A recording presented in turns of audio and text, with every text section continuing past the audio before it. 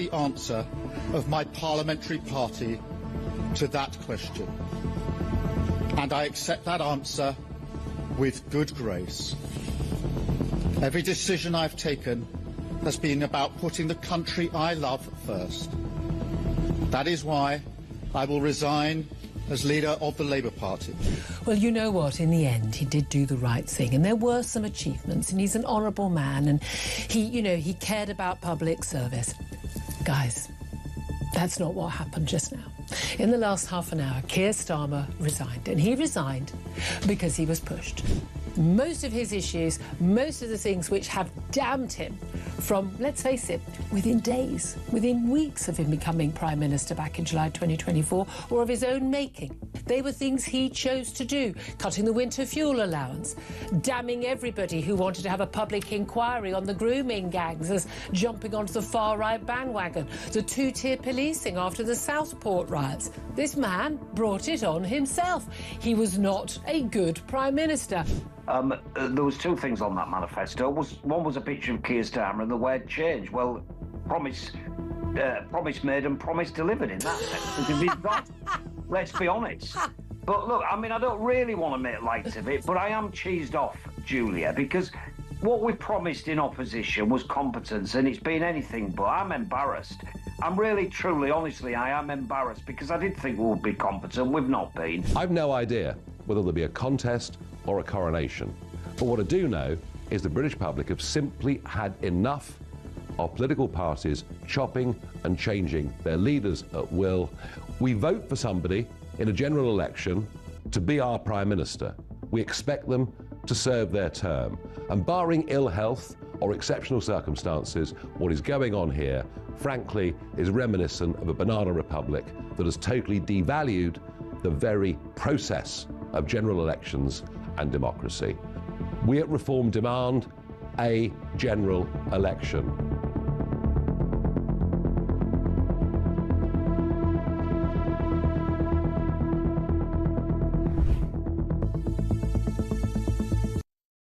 Across the UK, on DAB+, on YouTube, on your mobile, and on your side. This is Talk.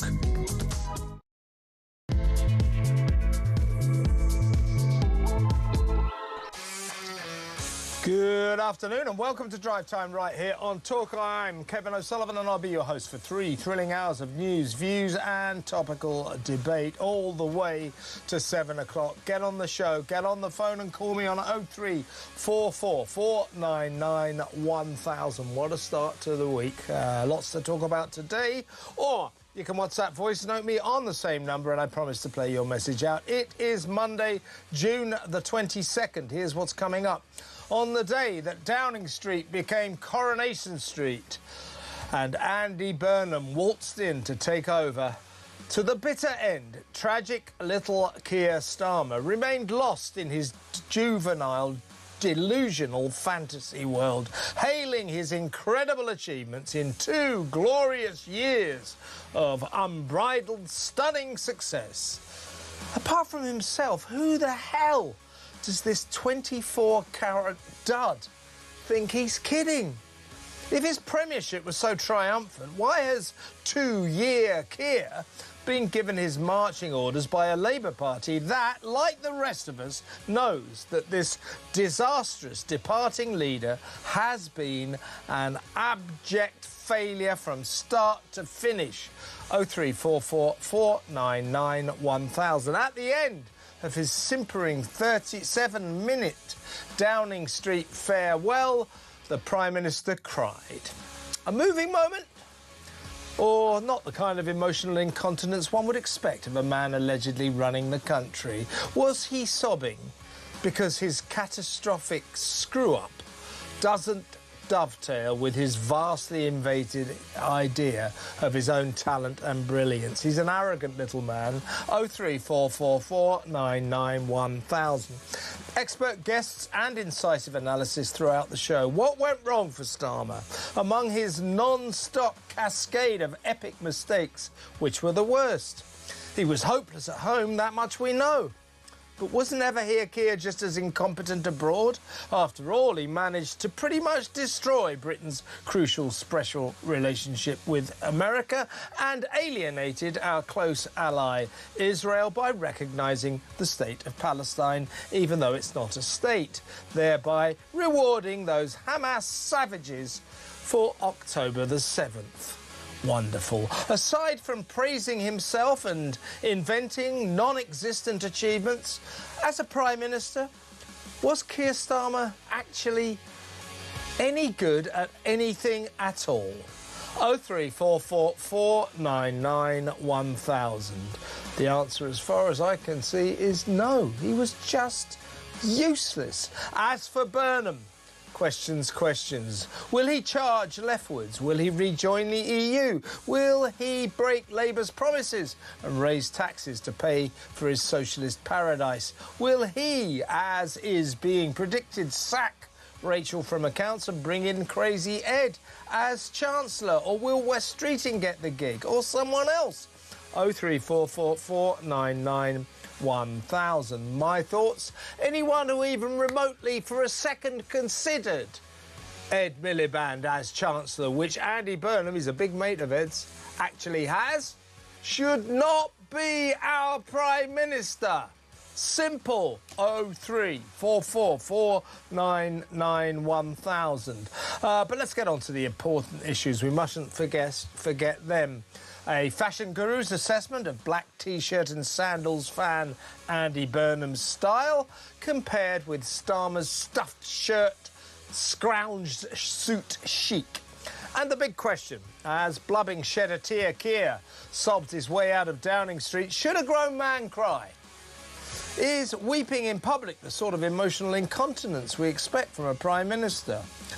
Just asking. 0344 499 1000. All that and so much more. So don't go anywhere. Stick with me right here, right now on Talk, the home of free speech and common sense. Let's spend Monday afternoon together. And what a Monday afternoon it is in the slipstream of Keir Starmer's sensational resignation after 2 terrible years as Prime Minister this morning on the steps of Downing Street. He'll carrying on, as it were, until September, handing over the reins almost certainly to Andy Burnham, who it looks now is going to be crowned. He's going to face a coronation, not a leadership battle.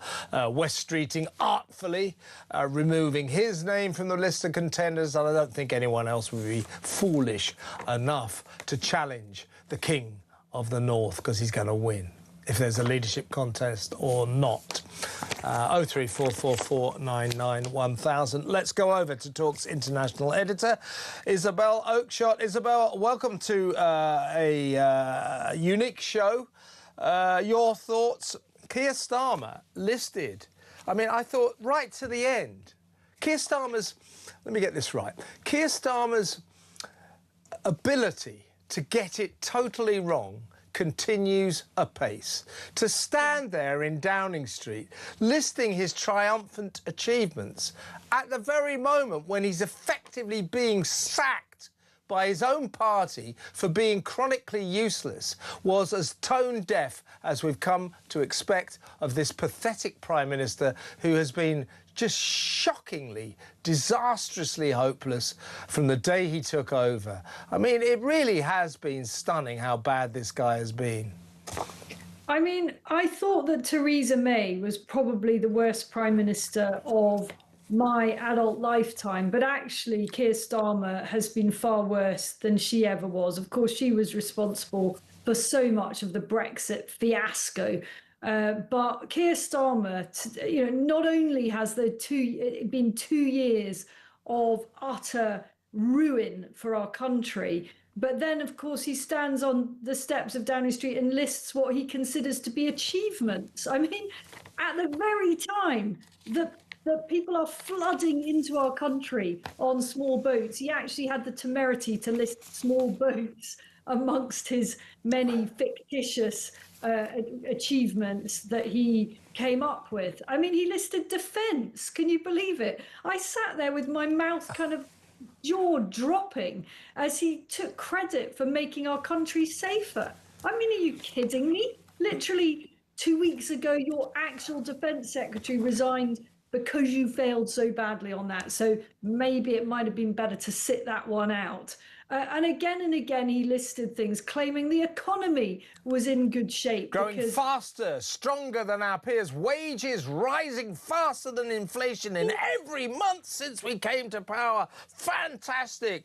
Waiting lists as the NHS down. No, they're not. And so on and so forth.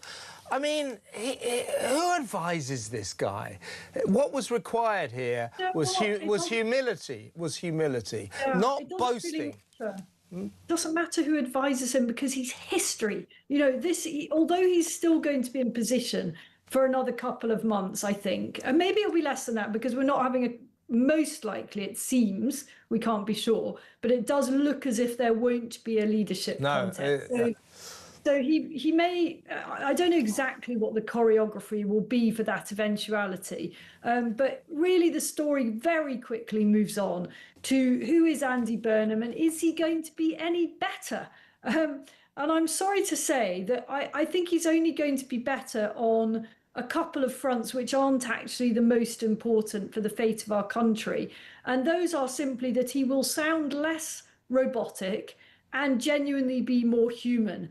But that's sort of base level stuff, isn't it? You know, that's what you and I could do too, Kev. You know, anyone, pretty much anyone, is going to be less robotic than Keir Starmer. It doesn't mean that you've got some kind of talent for government or that you're able to be the saviour that this country needs right now. Let's talk about the potential for Burnham's administration in just a little while.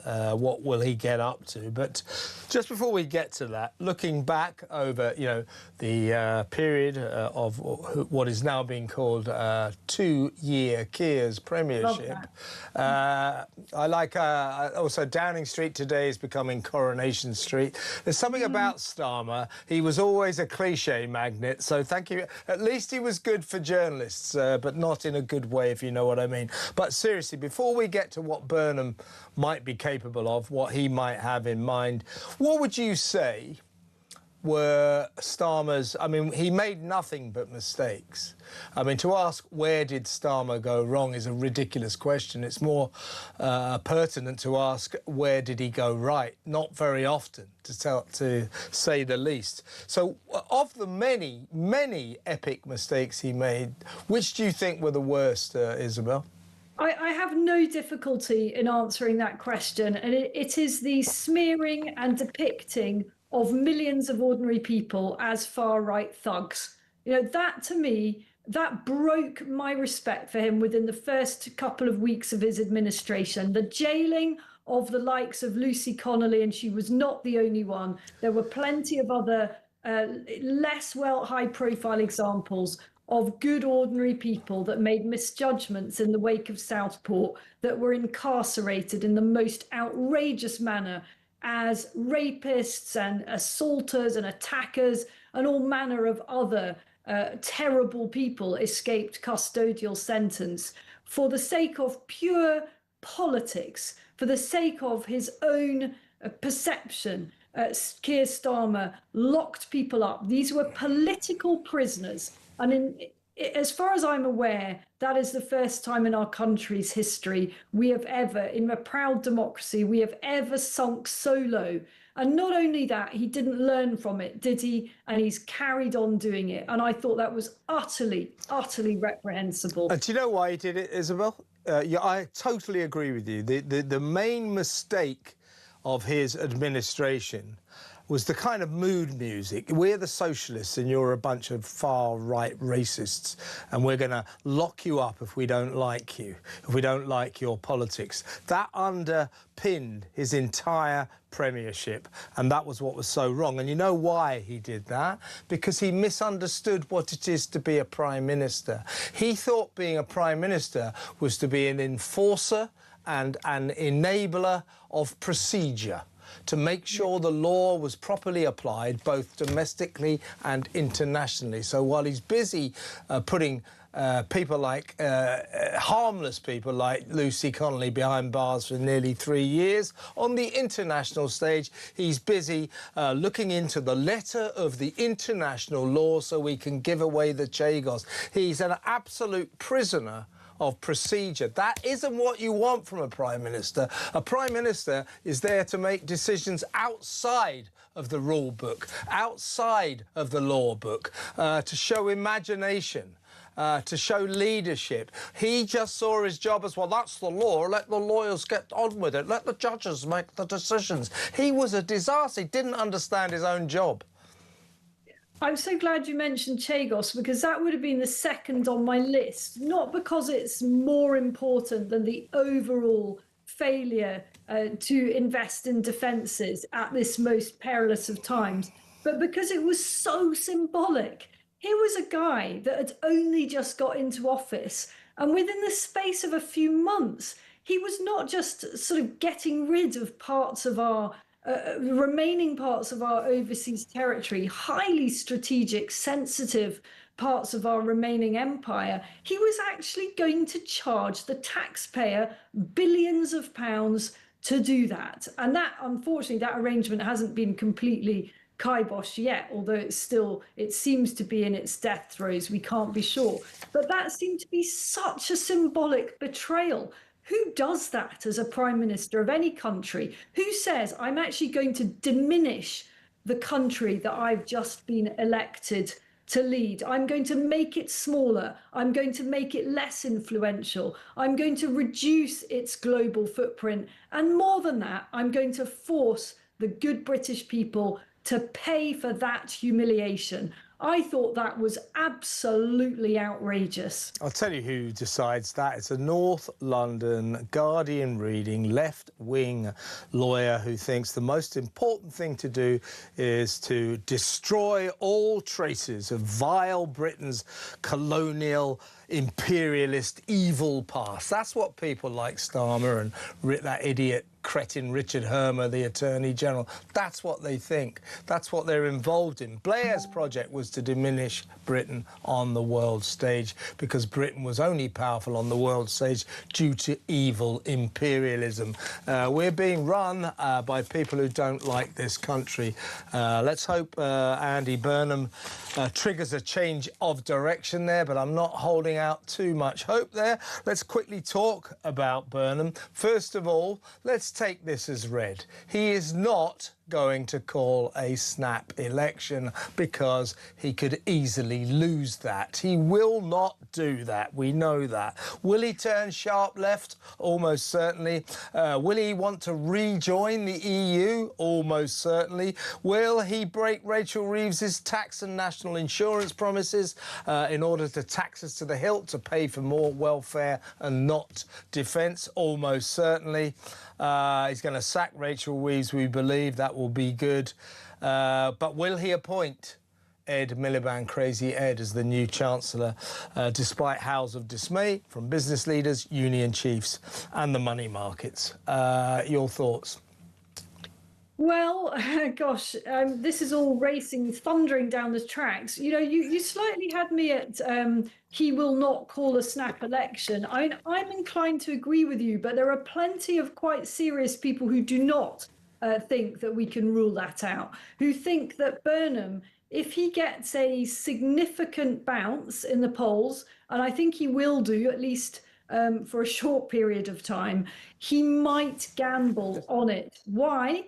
Because the economy is only going in one direction. This is the view of many very credible economists, particularly in the light of the latest borrowing figures. There's going to have to be a massive tax-raising budget in the autumn, and he is going to be hounded from the moment he takes office about his lack of mandate. So if that poll lead that I'm sure he's going to get, I'd say lead, but I think, bounce up in the polls in the coming weeks, if Labour bounces up a bit, if he calculates that is more than just an ephemeral thing, that he can maintain that big bounce for as long as it takes to have an election, then maybe, just maybe, he will gamble on it. I'm sort of more with you, Kev, than I am with those who really think this is a prospect.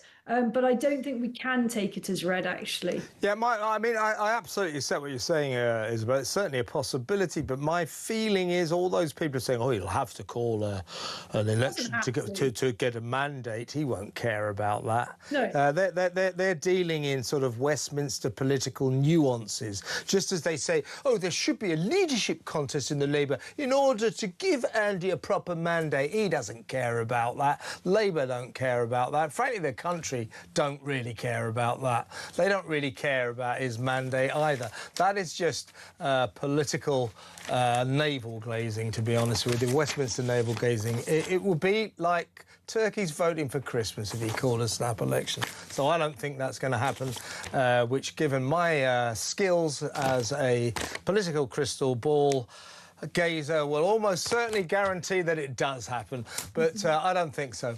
In the meantime, I want you on tomorrow as well, Isabel. It's going to be a big week, but great to talk to you today. Thank you very, very much. Isabel Oakeshott, Talk's amazing international editor there.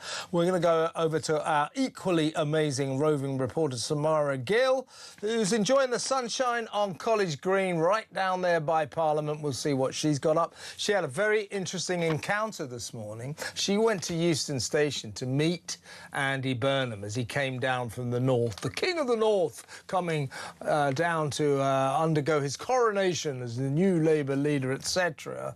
He got off the train and the only outlet he would talk to was the public sector BBC. There's a sign of things to come.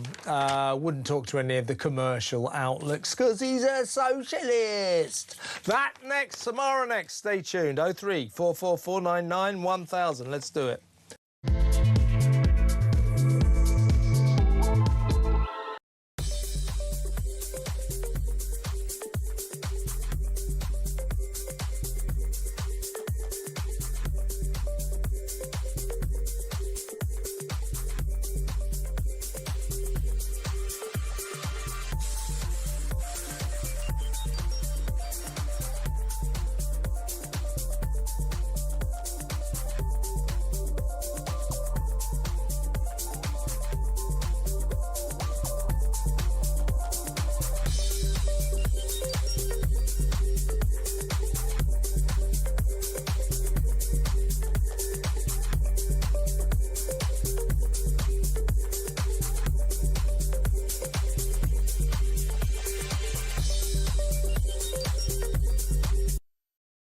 What they're ashamed of is the English flag.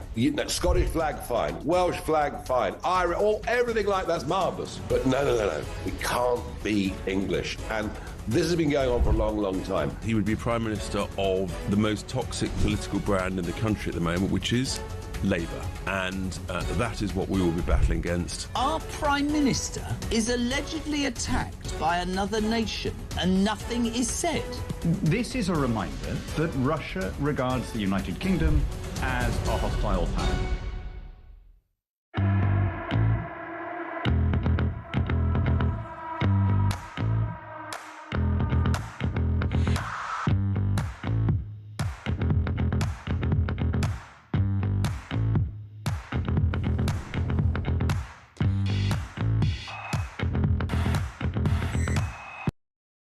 Across the UK, on DAB+, on YouTube, on your mobile, and on your side.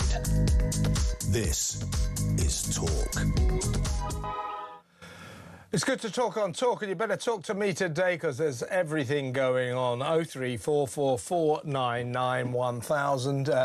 What did you think of Keir Starmer's two-tier Keir, T-E-A-R, more than 2 tiers actually, his tear-stained resignation speech? What do you think of Andy Burnham? Is he going to make things even worse? What's going on? We are having a coronation imposed on us. I'm not necessarily against that. Starmer had to go. But are you against it? Do you like the idea of suddenly, we didn't vote for Burnham, did we? We've now got him.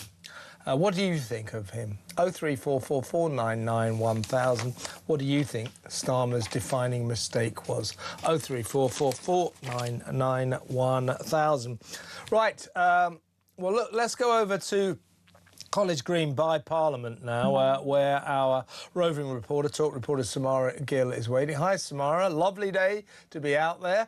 Before we get your views on everything that's going on, let's have a look at your semi-encounter with Andy Burnham at Euston Station this morning. Watch this. Just go out. Step away from us.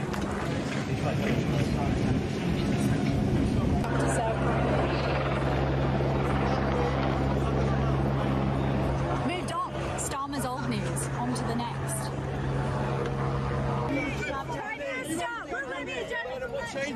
There we go. That was Andy Burnham, who just drove through there on his way to the palaces of Westminster to be sworn in as an MP and, of course, on his route to number 10.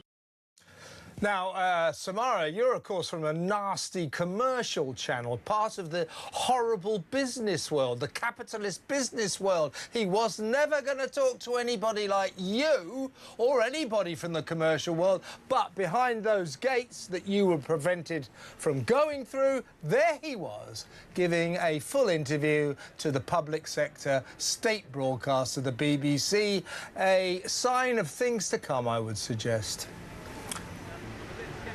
Yeah, well, what can you expect from a commie socialist whereby his whole party has rallied behind him with not even a leadership contest? You know, this is someone who, yeah, he only wanted to talk to the public broadcaster that we shovel so much money into and that has a torrid reputation. It was a very interesting choice. But I must say, you know, he showed up in his T-shirt and jeans to the Manchester station and then arrived in London in a sort of ill-fitted suit and hopped into a black cab under the station and got going. And I gotta say, it was pretty interesting. I think he looked, and I got a glimpse of him, he looked rather overwhelmed. You know, being a mayor is a sort of low heart rate type of job.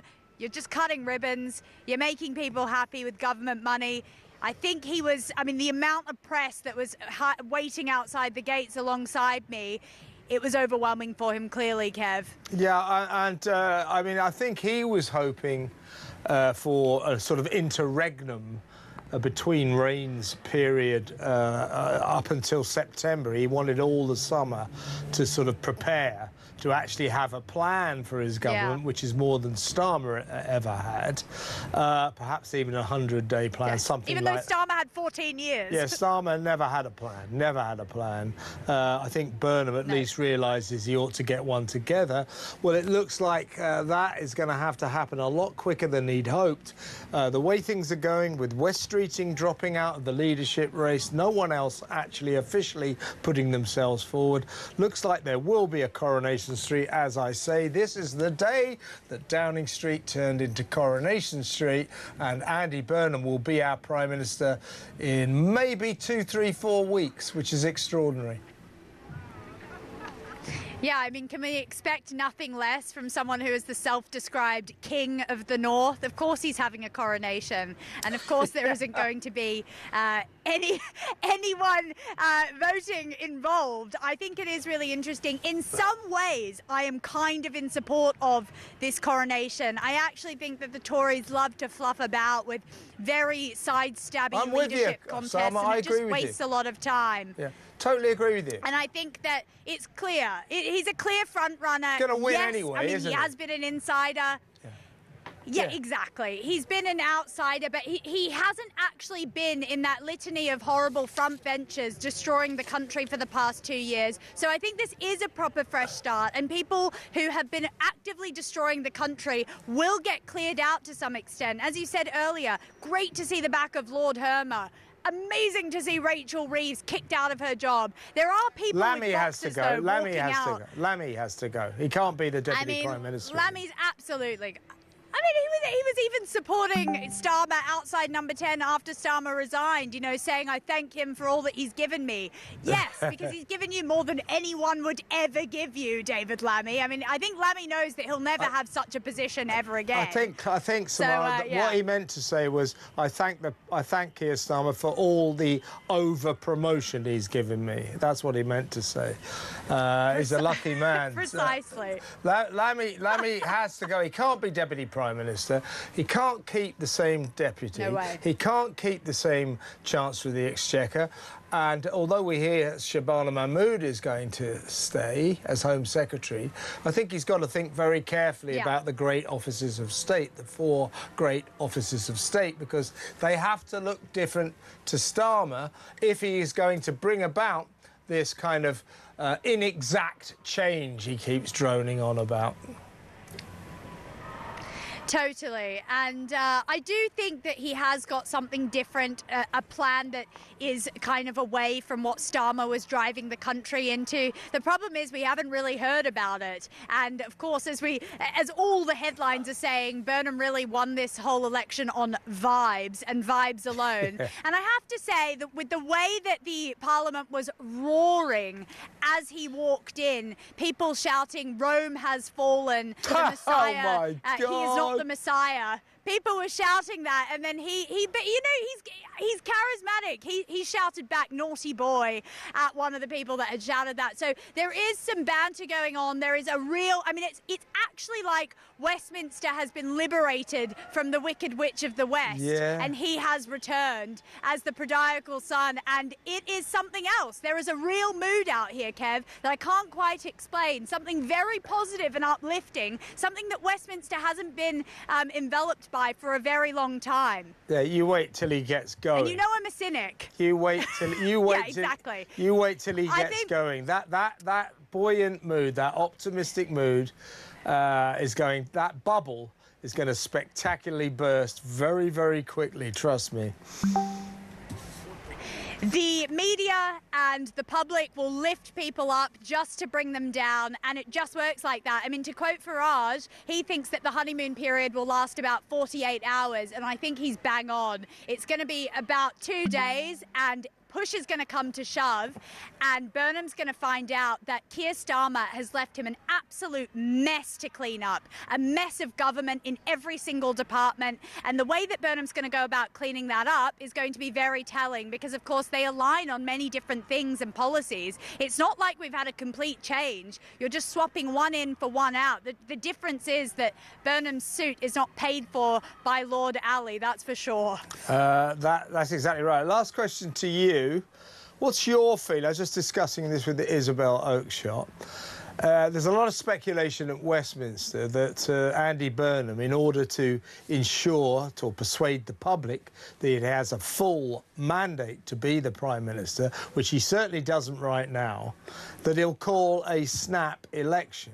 I think that will be like a turkey voting for Christmas. I don't think he's going to risk that in a month of Sundays, and the people who are calling for it are lost in Westminster bubble land. Oh, it's important, this nuance. Oh, he must have a mandate. He should go through a leadership election. Well, we, the people, can't stand that. We don't want 6 months, 3 months, 4 months of you Labour idiots squabbling like rats in a sack to get to the inevitable result that Andy Burnham will win. So give him the damn job now, but don't expect wonders. I agree with you, Kev.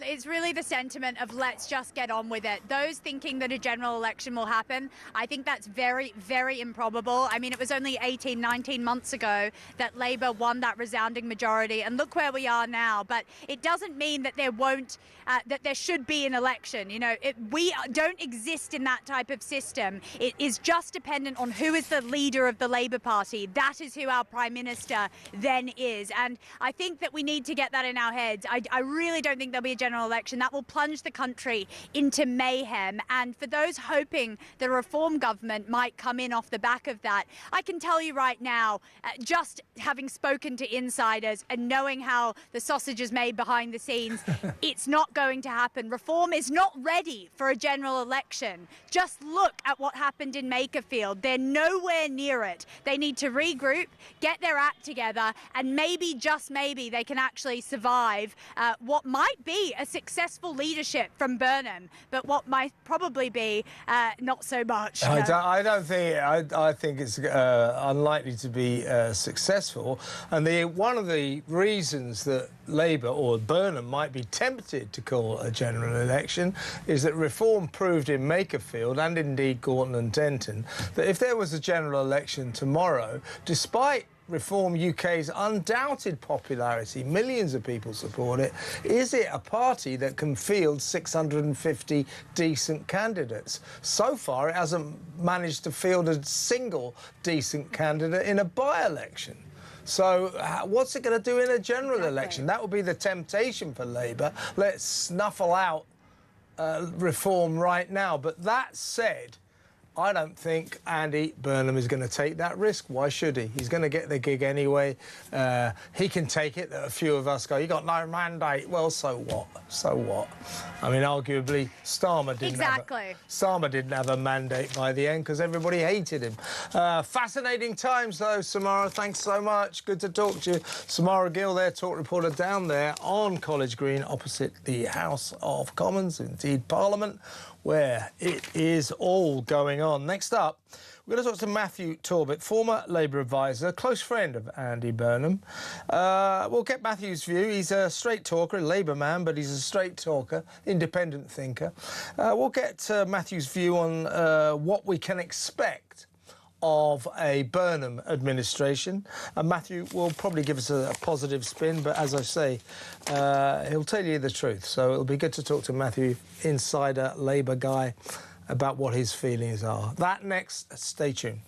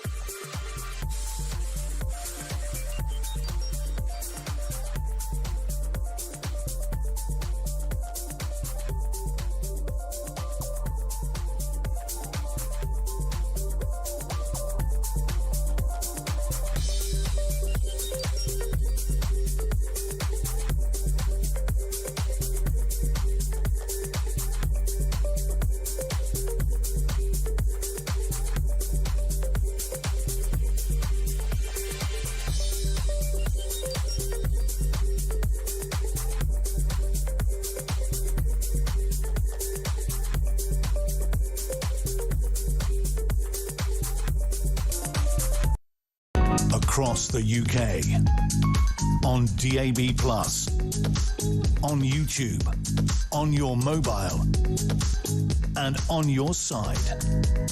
This is Talk.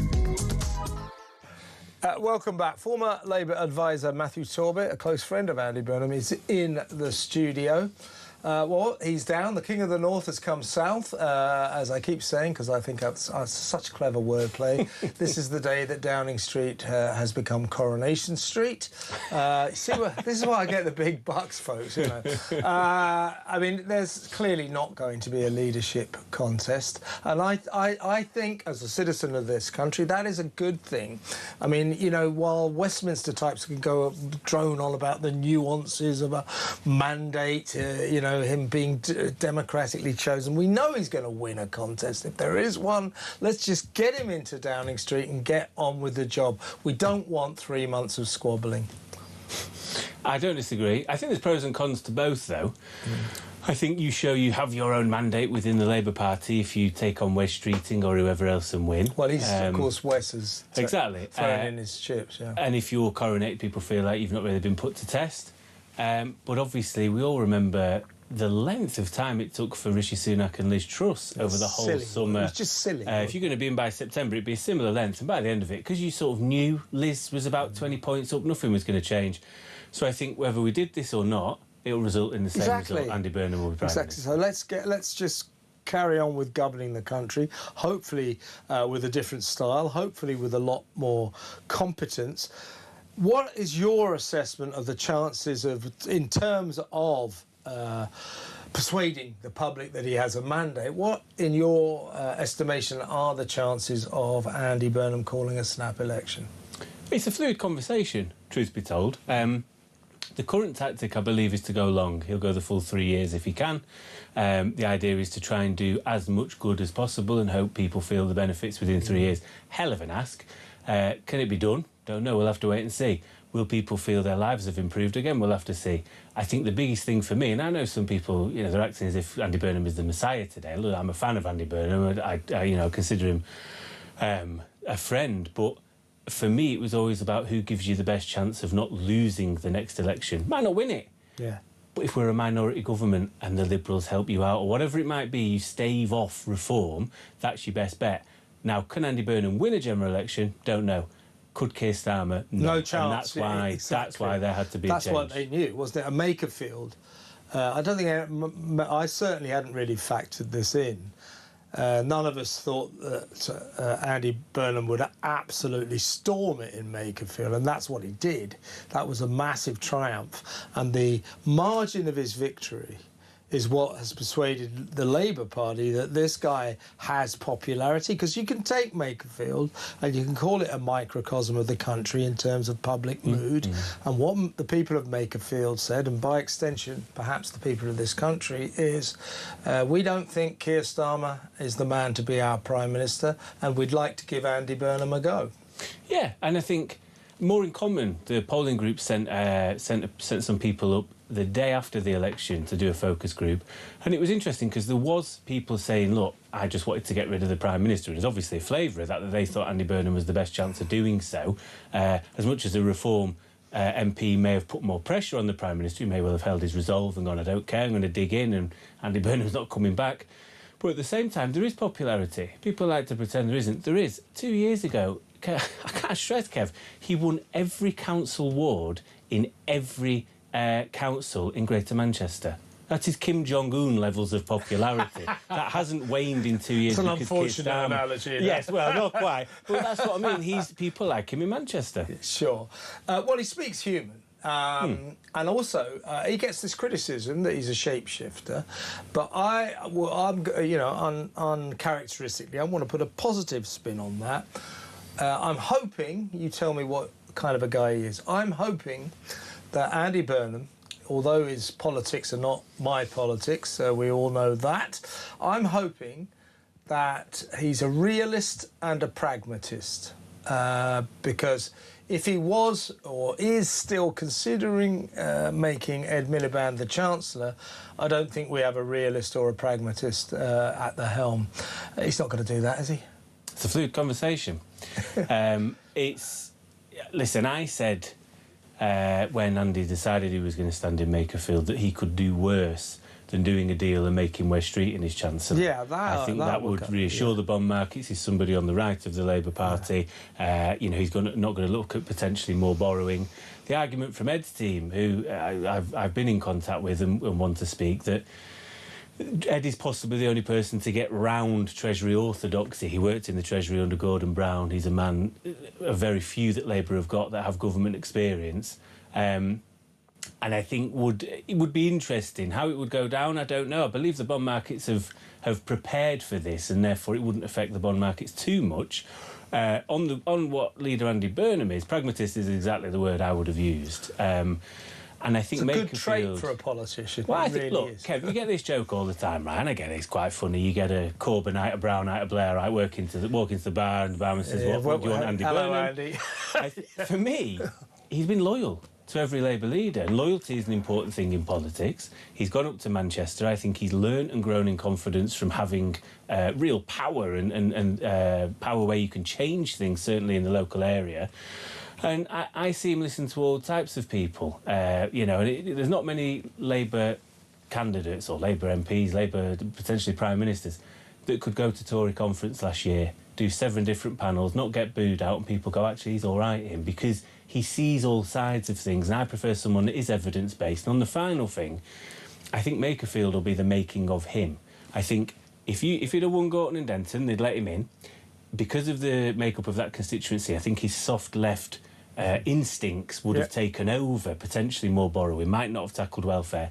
I think Makerfield, as a small C Conservative constituency, as the sort of home of HMOs and the poverty that is around there, the vape shops and the Turkish barbers that have taken over the high street, that's going to be in the back of his mind constantly, and I think that'll be the making of him and focus a lot of minds in Downing Street when the time comes. Your predictions: will Lammy go as Deputy PM? Will Rachel Reeves go as Chancellor? Because that's what the Times are saying. A lot of people speculating that if Andy Burnham wants to be this agent of the inexact change, he keeps going on, change, what bloody change, you know, but if he does want to change, he can't really keep the same Deputy Prime Minister and the same Chancellor, can he? No, he won't. He won't. I mean, there's a conversation I won't divulge on air that Andy had with Rachel Reeves last year, which meant she was never staying. She's toast. Ah, OK. I think, tell me that off air. I think David, it would be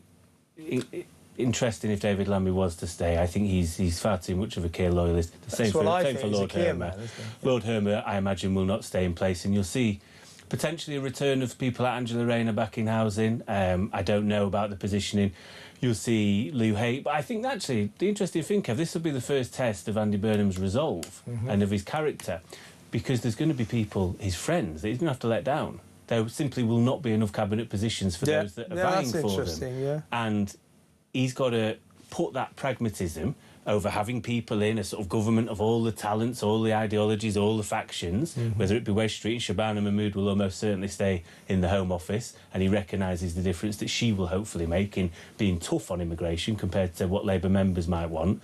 But there are people that simply won't find their way around that cabinet table, and how they react. You know, I won't name names, actually, in case they start chasing me down the phone, but there will be some that will be disappointed, and he's got to stick to his resolve on that. Quite. Now, last point, Matthew, or last question, difficult question, but if you were to try to put your finger on one aspect of Starmer's pretty disastrous administration, his premiership, you know, they're now calling him 2-year Keir.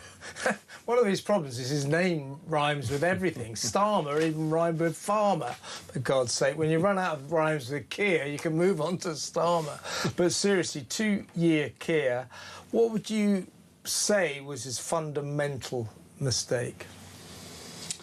Just the one. I mean, and I don't say that with any comedic value. I think there's a lack of authenticity, a lack of empathy with people. And I think one of the biggest issues for me was the slogan at the general election was change, because it was so vague. You allowed people, the general public, to project onto you what they thought change looked like, and you hadn't outlined what that change looked like, so they were inevitably going to be disappointed when you put national insurance contributions that wasn't in the manifesto, when you went after winter fuel allowance, which wasn't in the manifesto, when you went after the farmers' inheritance tax, which wasn't in the manifesto. So all these people have gone, oh, hang on a minute, we thought we were basically getting the pavements with gold. You said change, everything was going to get better. It was never going to be that way. Yeah, you're right. Starmer just spews words and they don't mean much. That's the problem. Very good point there, Matthew. Now, it says here, thanks for coming in, it says Matthew Talbot, former Labour advisor. My prediction, fairly soon, that's going to be Matthew Talbot, Labour advisor. No former about it. I'm telling you. Do you know why, Kev? Yeah. I'm going to be a dad in 3 weeks, and there's going to be somebody at home that will depend on me far more than the Prime Minister. Well, and I think I didn't know that. Being a present dad is far more important to me. You're than damn politics. straight. You're absolutely right. Matthew Talbot, former Labour advisor. Thank you so much. Good friend of Andy Burnham, so listen to what Matthew had to say. Good to have you in the studio, mate. Next up, we're going to talk to former Labour MP, now Reform UK, Simon Danjic, get his take on this very dramatic day. That next, stick around.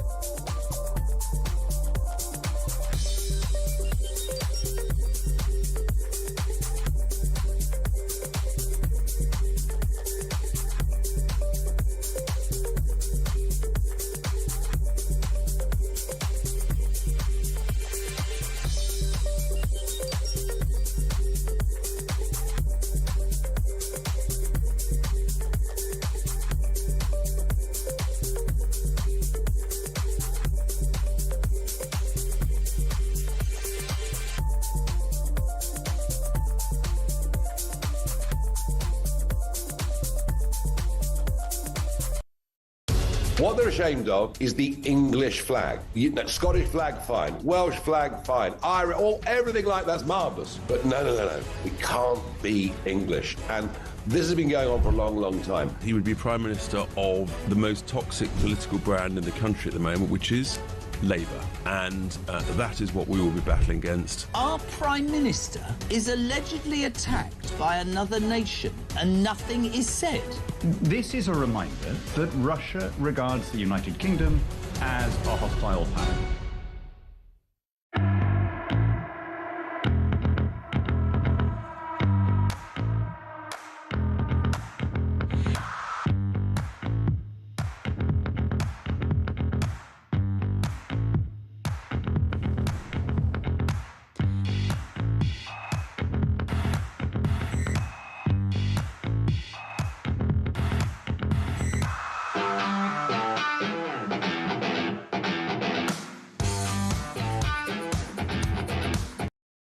Across the UK, on DAB+, on YouTube, on your mobile, and on your side. This is Talk. Welcome back. Let's go straight over to former Labour MP, now Reform UK defector, Simon Danczuk. Welcome, Simon. Before we get your thoughts on this most dramatic of days, let's have a quick recap of Keir Starmer's tear-stained resignation speech. Every decision I've taken has been about putting the country I love first. That is why I will resign as leader of the Labour Party. I have spoken to His Majesty the King this morning to inform him of my decision. I will ask the National Executive Committee of the Labour Party to set out a timetable with nominations opening on the 9th of July and completed by the summer recess.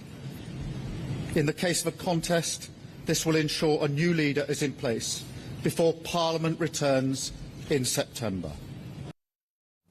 So, Simon, it doesn't look as if there will be a leadership battle because West Streeting has dropped out, and I think anyone else who puts their name in, they know they're going to lose to Burnham. Burnham's going to win any leadership contest. So, although I can see the unhealthy nature of a coronation, I don't see why the nation, we long-suffering Brits, should be subjected to a sort of 3-month squabble between these Labourites fighting like rats in a sack. Well, I don't want to see that. He's going to win anyway. Give him the damn job. But Starmer, in that speech, still living in his delusional fantasy world, listed his amazing achievements: restoring trust on the economy, defence and national security. What? He says he's ripped out the poison of anti-Semitism. Isn't he the guy that recognised Palestine as a state and rewarded Hamas for October the 7th? He's talking about standing proudly with our national flag. He's allowing councils all over the country to go to the High Court to rip down our national flags. The economy is stronger, growing faster than our peers, wages rising faster, NHS waiting list down. The man is a fantasist, isn't he? He is, and that's been part of the problem all along, hasn't it? As you point out, 2-year Keir, I think it's a cracking title and just deserved. He's been a disaster from day one. I mean, the guy just clearly hasn't been up to it. And his legacy will be that he's been the worst Prime Minister in living memory. And that takes into account Liz Truss. I genuinely believe that. I'm with you. I'm with you. Yeah. And that speech, I mean, trying to rewrite history in double quick time. You know, he said that Britain's got better standing on the international stage since he became Prime Minister. Utter nonsense, you know. He's throwing money at stuff. He's talking about bringing children out of poverty. I mean, he's just moved the measuring line. That's the reality of it. One thing after another in that speech that's just not accurate. And that's part of his problem. People just do not believe what he says anymore. And then the biggest point, I think, to take from it, actually, it's quite a subtle point, but he said that the Labour Party, Labour MPs, didn't want him to lead the party into the next general election. Well, the truth is, they don't want him to lead the party from this moment on in time, never mind into the next general election. They can't get rid of him soon enough. Yeah, I like the way he said, and I will accept that decision with good grace. Good grace, he's been dragged kicking and screaming to this position. Only on Friday, I'm not going to walk away. I will participate in any leadership race. We're all going, no, you won't, mate. And today, over this weekend, he's finally sort of collided with reality, but he can't bring himself to go with the requisite humility. He's got to boast about his amazing achievements. The man has been a catastrophe. I think one of his problems is hubris. He is full of his own sense of wonder. He thinks he's talented and brilliant because he was a great director of public prosecutions. He wasn't, actually. He was substandard. That notwithstanding, he believes he was great. He believes he's good at everything he does. He's come in as Prime Minister, and as I said to Isabel Oakeshott, his problem is he never understood the job. He sees being Prime Minister as a sort of technocratic job to enable and enforce legal procedure. Let the judges do their job. Let the international law preside. Let us give away the Chagos Islands because international law says. Let us send harmless people to jail because of what they did on social media after Southport, because that's the law. Sending Lucy Connolly to jail for 2 years and 7 months, nearly 3 months, for nasty, hurty words on Facebook was one of the defining early mistakes of a mistake-ridden premiership, wasn't it? Yeah, absolutely. And in that speech, he can't find himself to say one thing that he might just have got wrong. You know, I mean, that's quite incredible, isn't it? To believe that he believes he's almost perfect. I mean, it's quite incredible. If he's been so good at the job, why the heck is everybody calling for him to go? Why are demands being made? He's been sacked, Simon. He's been sacked by his own party. And by the way, he said, I've heard the voices of my own party and country becomes before party and all that claptrap. He's not only been sacked by his party have sacked him because the nation demands it. Absolutely. And I'll tell you what is an interesting contrast. Just a few minutes ago, you had Andy Burnham in Westminster Hall in Parliament having his photograph taken with lots of Labour MPs, and they look jubilant. Well, the truth is that they're in for quite a shock. I've known Andy Burnham for 20 years. Many of these Labour MPs, new Labour MPs especially, don't know him at all. And Andy Burnham is Keir Starmer in jeans. That's the reality of it. He's very similar. He has no leadership skills, very indecisive. You won't get much difference from him. Yeah, I mean, we're looking at that. Look at that. That's in the Great Hall.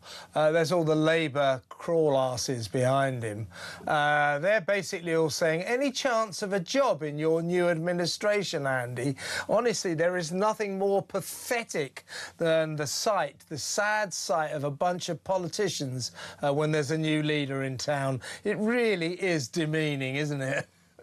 They think they've made a great decision by bringing Andy back. 400 Labour MPs and not one of them who's capable of taking over from Keir Starmer, to the point where they have to bring in a retread in Andy Burnham, somebody who's failed to win 2 previous Labour leadership elections. And they think that's the solution for the country. They're going to be badly disappointed. I'm telling you now, it's fascinating to watch. Yeah. Last question to you, Simon. Can you answer it briefly, because I've got to go to the news? But personally, I don't think he's going to call a snap election, because I believe that would be like a turkey voting for Christmas. He won't call that election because he fears he might lose it. What's your thought?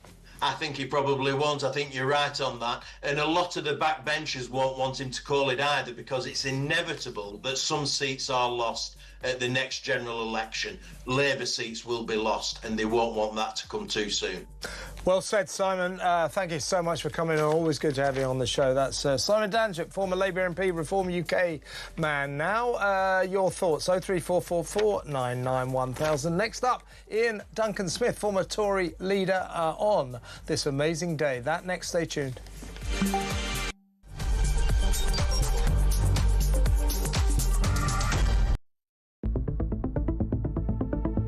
The question my party is asking now is whether I am best placed to lead us into the next general election.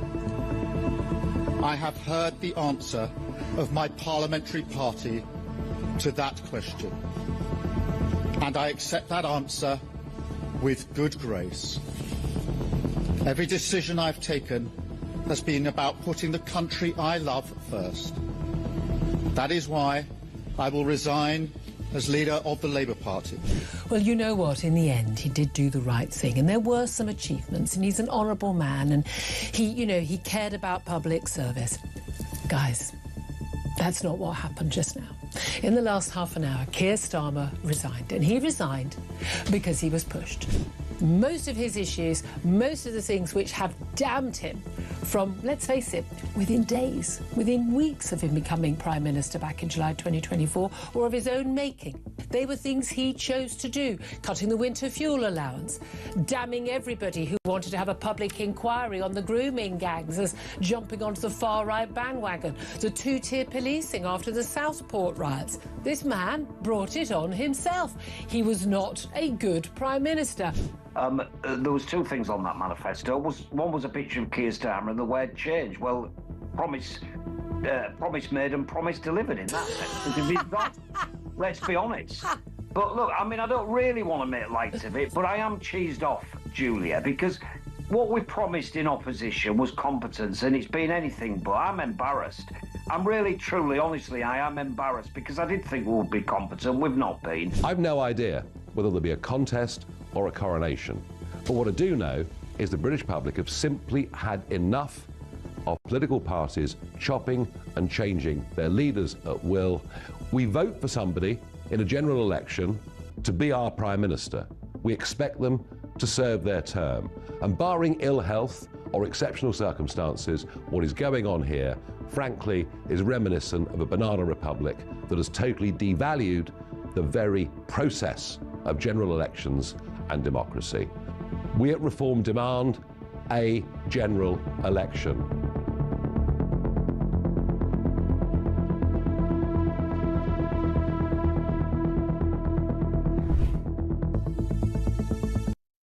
Across the UK, on DAB+, on YouTube, on your mobile, and on your side.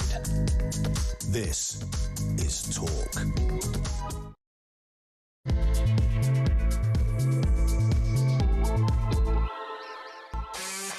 We'll continue our lineup of expert analysis throughout the show. Obviously, this is the day that the Prime Minister, Keir Starmer, sensationally resigned in a tear-stained speech in Downing Street. Extraordinary times. Andy Burnham, meanwhile, turned Downing Street into Coronation Street. Doesn't look like there's going to be a leadership contest. West Streeton's pulled out. Andy turned up on a train from Manchester to Euston, went straight to Parliament to be sworn in.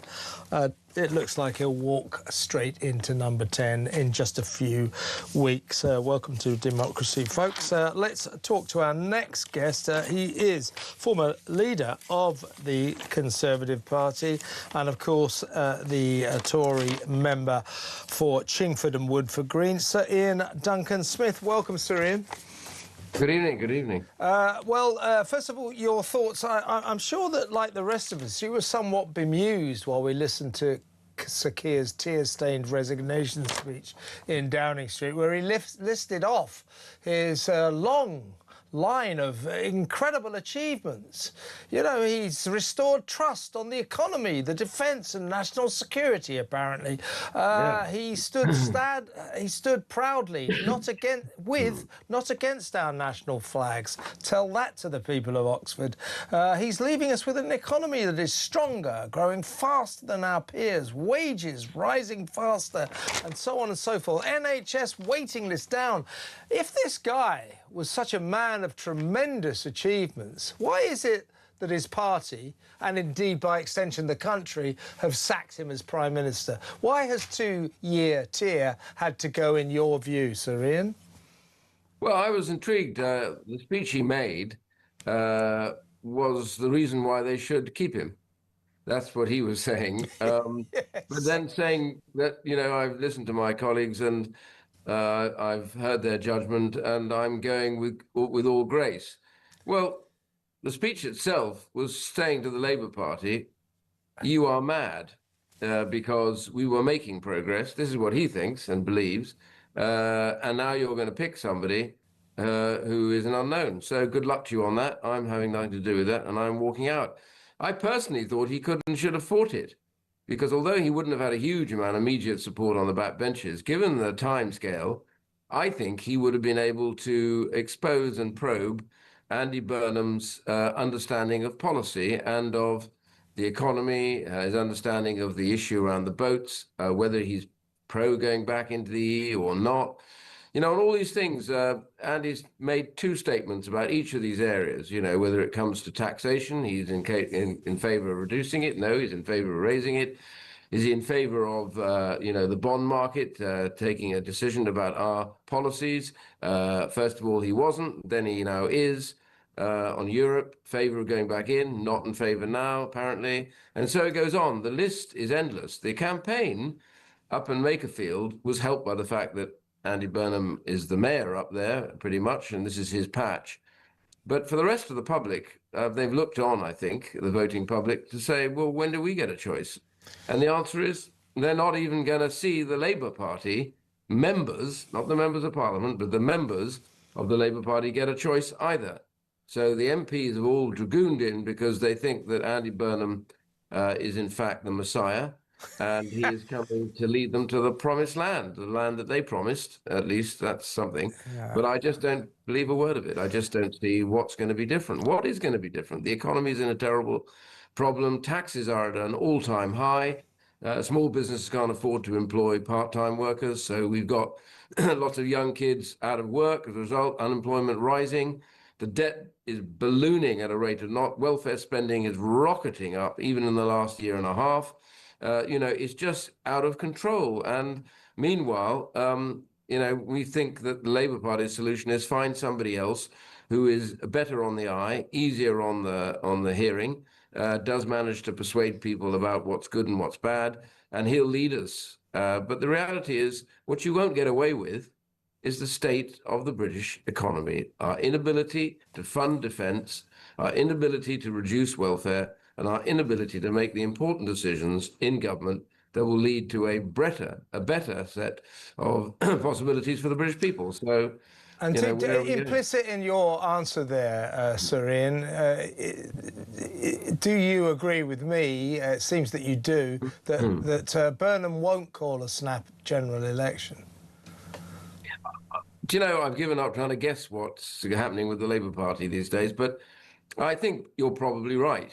Having said that, though, there is a case to be made for an election, because unlike previous, let's say when other governments, including my own, end up changing prime ministers, and we do it too often, I have to say, but even then it tends to be somebody probably from cabinet or once in cabinet, somebody senior, somebody who's been committed to the manifesto in general terms. But Andy Burnham wasn't an MP. He therefore wasn't elected when the manifesto was up for debate. And therefore, in theory, you could argue he has no commitment to the manifesto at all. That's the first thing. So the public didn't get a say on that when he was made, or when he's made leader. And the other thing is, it's just this whole belief structure. Do we now vote for people who look better, or do we, and sound better, or do we vote for people that will help the British people get the jobs thereafter, earn a living, not have too much taken away by taxation, get the defense that they need, all these sort of things. These are the real debates. And so far, not one bit of that has taken place in Makerfield at all. So where are we going with this? Without a contest, at least with a contest in the Labour hierarchy, we might well have got to the bottom of who actually has a plan. But now we don't know. We're just going to guess. Can I move us slightly away from Starmer here? Kemi Badenoch in the Mail on Sunday yesterday laid out in an excellent article, to be honest with you, why she would never allow the Tories, the Conservatives, to form a pact with Reform. I think the fact of the matter is, Sir Ian, that something went badly wrong for Reform in Makerfield. This is arguably their third by-election in a row where they had failed to field even plausible candidates, pretty feeble candidates. The candidate they had in Makerfield was a no-hoper from start to finish. And I'm thinking, I'm sure you are too, if this party that we keep being told will form the next government, if it can't find a decent candidate for one by-election, in fact 2 by-elections in a row, I've got a lot of time for Matt Goodwin, but he was the wrong man for Gorton and Denton. Rob Kenyon, the plumber in Makerfield, just was not at the races. He was a hopeless candidate.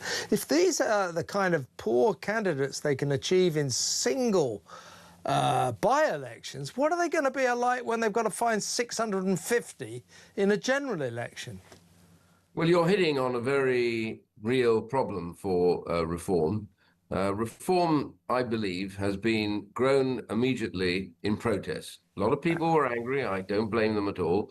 Some of the failings under the last government in the last few years were punishable, and the Conservatives got punished. And they're angry. And they're angry also quite a lot with politicians generally. Bear in mind that Labour got this massive majority on what is really a very low vote, 33% of the poll. Normally that's got to be over 42, 43% to get anything like a majority like that.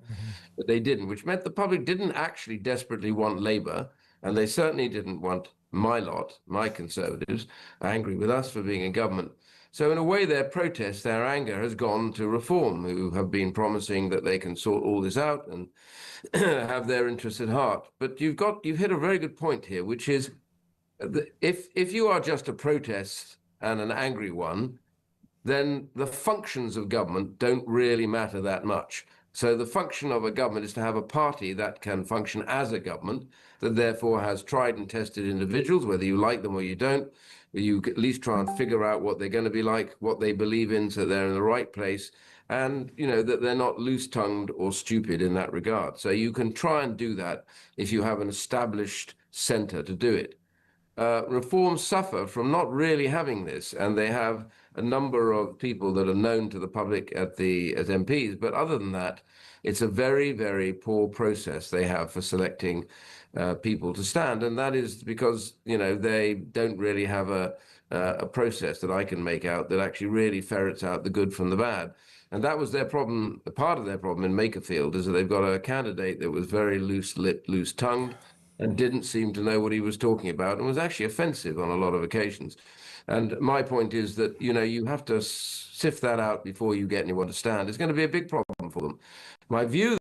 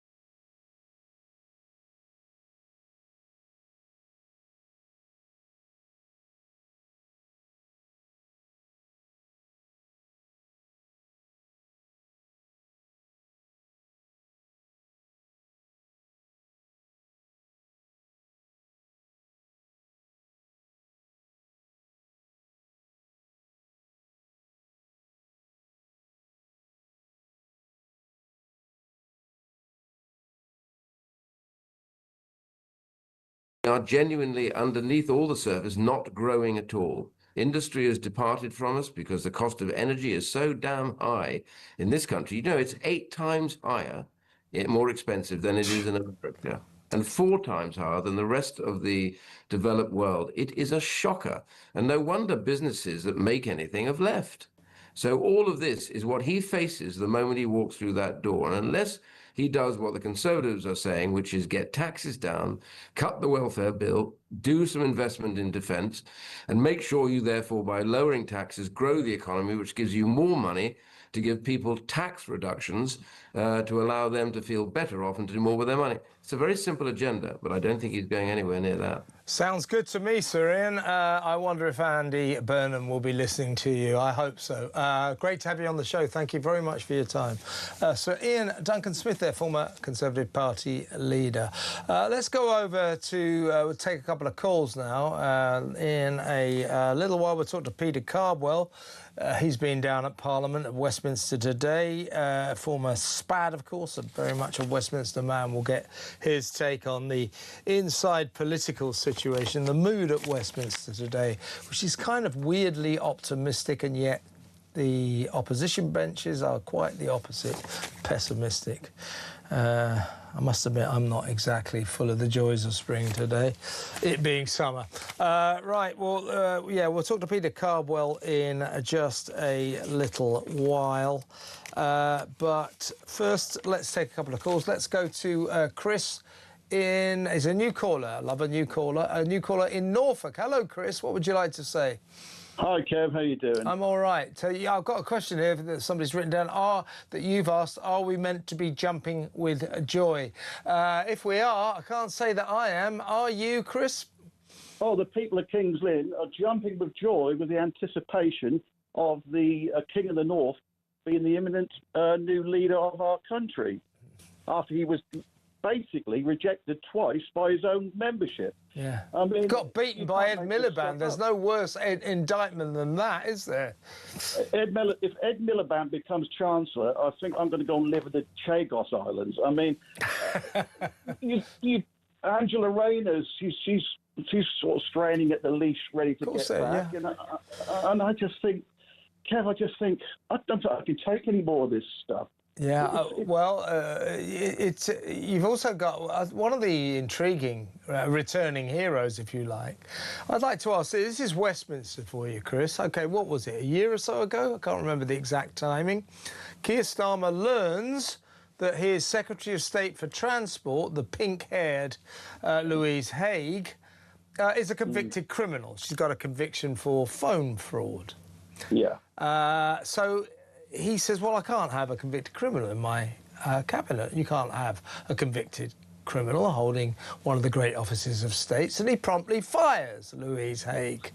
Andy Burnham is almost certainly, because she ran his campaign in Makerfield, Lou Haigh, he's almost going to say, I can make Louise Haigh one of the great secretaries of state, even though she's got a criminal record.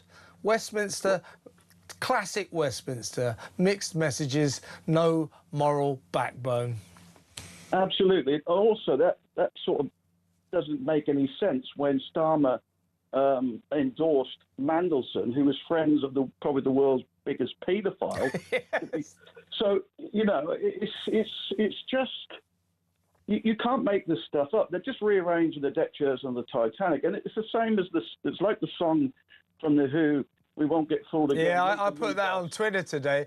The last line of Won't Get Fooled Again, the Who classic, 1971, great song, is meet the new boss, same as the old boss, which means, I reckon, Chris, we are going to get fooled again, aren't we? Well, some of us will, Kev, but not all of us. Those with our eyes open won't get fooled again. Those with their eyes closed and their ears closed will. And that's the problem.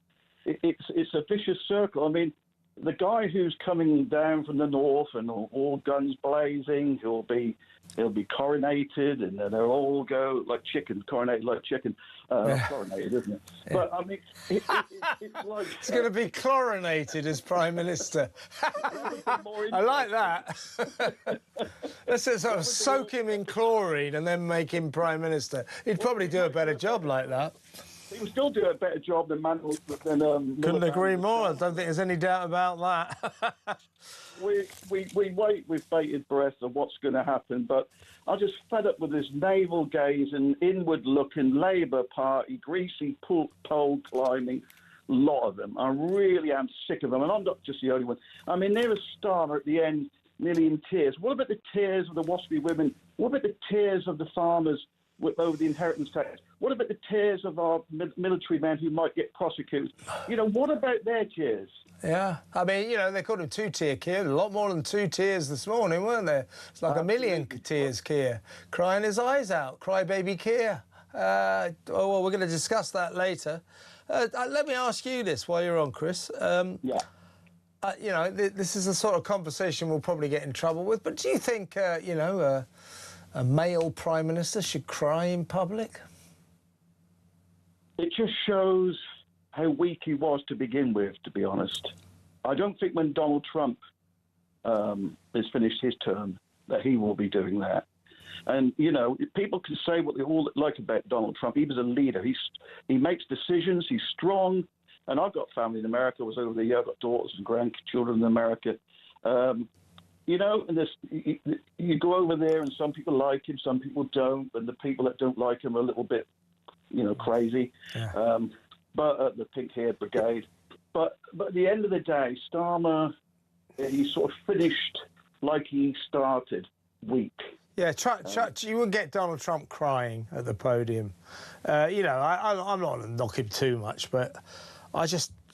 It didn't quite sit well with me, perhaps because I'm just an old-fashioned bloke. You know, I'm so old that when I was at school, the teachers used to hit us if we cried. We soon learned not to, you know what I mean? I'm not suggesting that's a good plan, but you know what I'm saying. Chris, really good to talk to you. Excellent call. It's your first call, don't make it your last. Chris, new caller from Norfolk there. Let's go to break. When we come back, as I say, we'll talk to our own, well, erstwhile Westminster insider, Peter Cardwell, get his take on what the hell is going on down on the Westminster estate today. That next, stay tuned.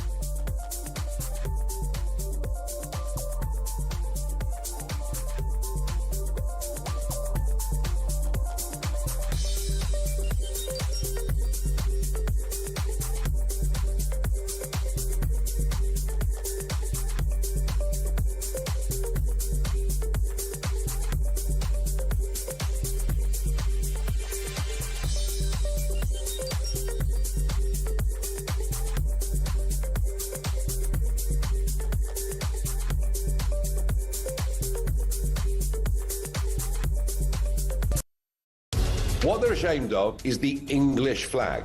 Scottish flag, fine. Welsh flag, fine. Irish, everything like that's marvellous. But no. We can't be English. And this has been going on for a long, long time. He would be Prime Minister of the most toxic political brand in the country at the moment, which is Labour. And that is what we will be battling against. Our Prime Minister is allegedly attacked by another nation and nothing is said.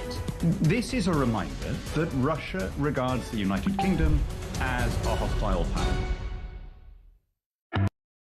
Across the UK, on DAB+, on YouTube, on your mobile, and on your side.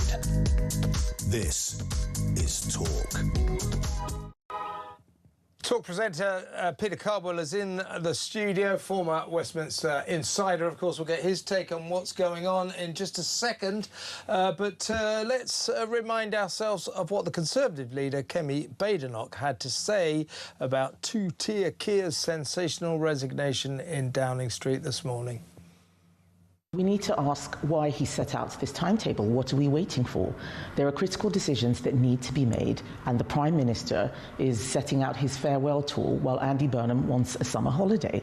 It's really, really important that we ensure that the country is being governed. Keir Starmer has had to resign because his Defence Secretary said he was not looking after national security. Whatever happens now, we need to make sure that national security is the #1 agenda, and that means that Andy Burnham needs to explain where the money to fund our defence is coming from, and he needs to cut welfare to pay for defence. Good luck with that, Kemi. Now, this is breaking news, Peter. Sir Keir Starmer's allies have urged Darren Jones, that's his little... representative on Earth. His little, what do you call him, a familiar on his shoulder. He was the voice of the Prime Minister. He is the brilliant guy. What do they call him now? He's Secretary... Chief Secretary to the Prime Minister. Chief Secretary to the current Prime Minister. Good luck with your future, Darren. We know what an ambitious little man you are. Well, forget about that for a while. Allies of Starmer are urging Darren, the man who went on to Question Time and assured the nation that the vast majority of migrants coming across the Channel illegally on small boats were women, mothers and babies. Total lie. I think he actually thought it was true. That's the guy that Keir Starmer's allies want to run in a leadership battle against Burnham. I don't think that would be good for the nation. He's going to win any contest. Just put him in there. You know, I don't care about the nuance. Get it done. Don't care about the nuances of, ooh, has he got a mandate? That'll be bad for the nation. Don't you agree? I do agree. What I'm worried about, though, is that we just don't know a lot about what Andy Burnham actually thinks. And Kemi Badenoch had a really good point there when she was talking about what's he going to do about defence. Is he going to fund defence? Is he not going to fund defence? Is he going to take money out of welfare? We just don't know that about Andy Burnham. So I spoke to someone recently who read his book. I think it was Mark Francois, actually, who said that he said not a word about foreign policy or defence in his book about, you know, this is me, I'm Andy Burnham, this is what I believe. So we need to know all this, and unless they're... I believe in equality and fairness. Well, who doesn't? I mean, who's the person who says, right, the rest of us, I don't believe in that. I don't believe in fairness, no. Don't want the world to be a fair place. Equality's a terrible thing. Yeah, isn't it awful? The thing with Andy Burnham is that he's not going to be tested before he's Prime Minister. All he has to do is sit tight, do nothing, smile, and then people will project onto him what they think Andy Burnham is. He's never really stood for very much. Yes, he's on the soft left, he's been Health Secretary, and he's run Manchester to a degree, but having a £3 billion budget is very, very different to having a £1.4 trillion budget and to have to make the kind of decisions a Prime Minister's going to have to make. So from Andy Burnham's perspective, it's all smiles now, everything's marvellous. My strong prediction is, as I predicted with Liz Truss, they're going to get a month, 2 months into Andy Burnham and realise this guy's a dud. He should, if he'd been a really good Health Secretary, he would have won in 2010. If he was any good in opposition, he would have won in 2015. He didn't win either of those contests. They're projecting all sorts of stuff onto him, saying he's a wonderful person, saying he's going to be the saviour of the nation. I don't think anybody can actually save Labour at the moment. Now, look, he is being inundated right now with howls of despair and dismay. From business bosses, people who run companies, from union chiefs, from left, right and centre. He's being howled at, saying, don't, for God's sake, make Ed Miliband your Chancellor. Now, I think in his ideal world, he would do just that on Andy Burnham. Ed Miliband's his best mate in politics, is a close friend of his. But I do think Andy Burnham is a pragmatist.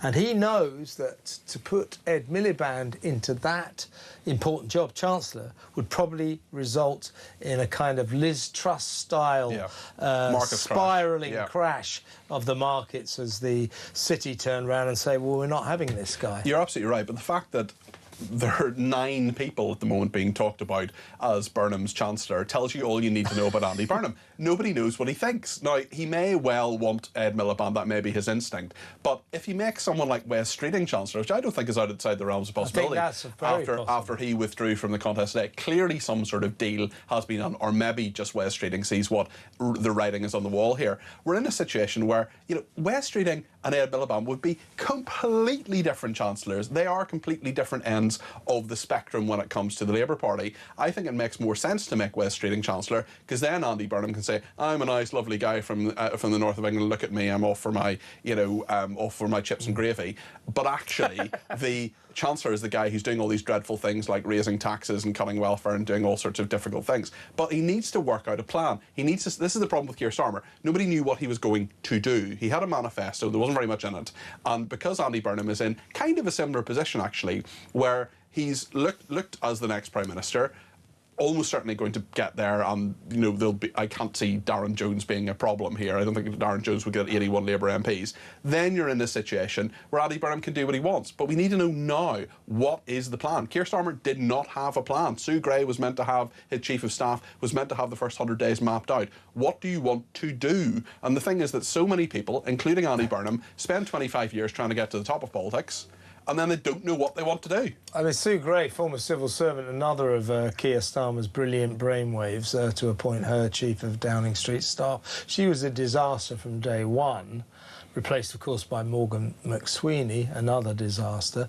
But apparently, in fairness to Sue Gray, she sat down on his first day and said, so what's your 100-day plan? And Starmer went, what? Yeah, well, she was meant to prepare for it, but she's a functionary and she's only ever run one government department, so she needs to. She wasn't ever going to be the delivery person. But yeah, you're absolutely right. In politics, you need to know, what do you want to do? What's the big idea here? And you can say what you like about Rishi Sunak, you can say what you like about David Cameron, you can say what you like about Tony Blair. They all had ideas about what they wanted to do. They all had a plan. They all knew what they wanted to achieve. They didn't necessarily achieve it. They didn't necessarily run the country particularly well, but they had a plan, and Andy Burnham doesn't seem to have one right now. At the moment, his plan is, look at me smiling and being a happy person. Well, when he wasn't sobbing and crying, that farewell speech, that simpering 7-minute farewell in Downing Street, amazingly, he listed all his incredible achievements. That didn't take long. Which were, well, yeah, they shouldn't have been in there at all, because he literally had no achievements. But what he's trying to put across is, yeah, but internationally, as a foreign, abroad, I was an international state, I did great work. I disagree. I think he was disastrous. Well, he talked about the economy, Kevin. He managed to pretty much destroy our very important special relationship with our closest ally, America. We need that relationship. He's destroyed that. And he's also alienated one of our oldest allies, Israel, by recognising the state of Palestine, even though there is no such thing as the state of Palestine. An unnecessarily offensive move. Also didn't go into the war with Iran, which I think he should have done. Many will disagree with that. But well, certainly have been more accommodating. Yes, or at least said, or at least expressed. Of course, you could use our runways. At least a desire for regime change. No, he talked about a stabilised economy. He talked about Britain's role in the world being back. I mean, the world is laughing at us. We are a laughingstock as a direct result of what he did. Yeah, and he wasn't any good abroad. He was almost as well. He was dreadful at home. I think he did an okay job with Ukraine. Certainly, we just carry on giving Ukraine loads of money. That's par for the course. And he will have seen himself, and many people in the Labour Party will have seen him as successful when it came to Europe. I mean, I don't think he was at all. I think he got us far too close to Europe. Yes, it was a relationship that needed to be repaired, but we don't need to get closer to Europe. On 10-year anniversary of Brexit tomorrow, I certainly don't want to rejoin. There's no desire to do that. So there will be some people who will judge some of the things he will have done a success from his perspective, but I think he was a terrible Prime Minister from many perspectives and on many points. Yeah, I mean, that's the big debating point, folks. Let me know where you stand, which side of the fence you stand on. Was Keir Starmer worse domestically at home or abroad on the international stage? I mean, it's difficult, but where was he worse, at home or abroad. I suppose at least when he was abroad we didn't have to look at his ugly mug, but that's a different thing. Well, I suppose we did, didn't we, preening himself at the G7. You could see him almost crying, I won't be able to do any more of these free international trips. He's been on more international trips, flights abroad, than any other Prime Minister. Typical of our PMs, useless at home. They want to go and sort of preen themselves on the internet. Oh, I'm marvellous, international statesman. International statesman. Keir Starmer, do me a favour. Peter Cardwell, well, you'll be covering all of this on your show. Yeah, we'll be covering it from 7 o'clock till 10. We have one other story, which is a big story in Northern Ireland, actually. Jeffrey Donaldson, the former leader of the DUP, has been found guilty on 18 counts, including rape. He is a paedophile and will go to jail for a very long time. Going down, isn't he? That's extraordinary. So, yeah, Peter will be taking over from me at 7 p.m, taking you all the way through to 10 p.m. for the evening exchange. It's going to be a blockbuster edition, so don't miss it. In the meantime, stick with us, and next up we're going to talk to Graham Stringer, current Labour MP and a man who speaks his own mind. We'll get his take on what seems to be a coronation, the coronation of Andy Burnham unfolding before our very eyes. We're not getting a say in it. Even Labour MPs are not getting a say in it. Meet the new boss, same as the old boss. Won't get fooled again, or will we? 03444991000. Graham Stringer next. Stay tuned.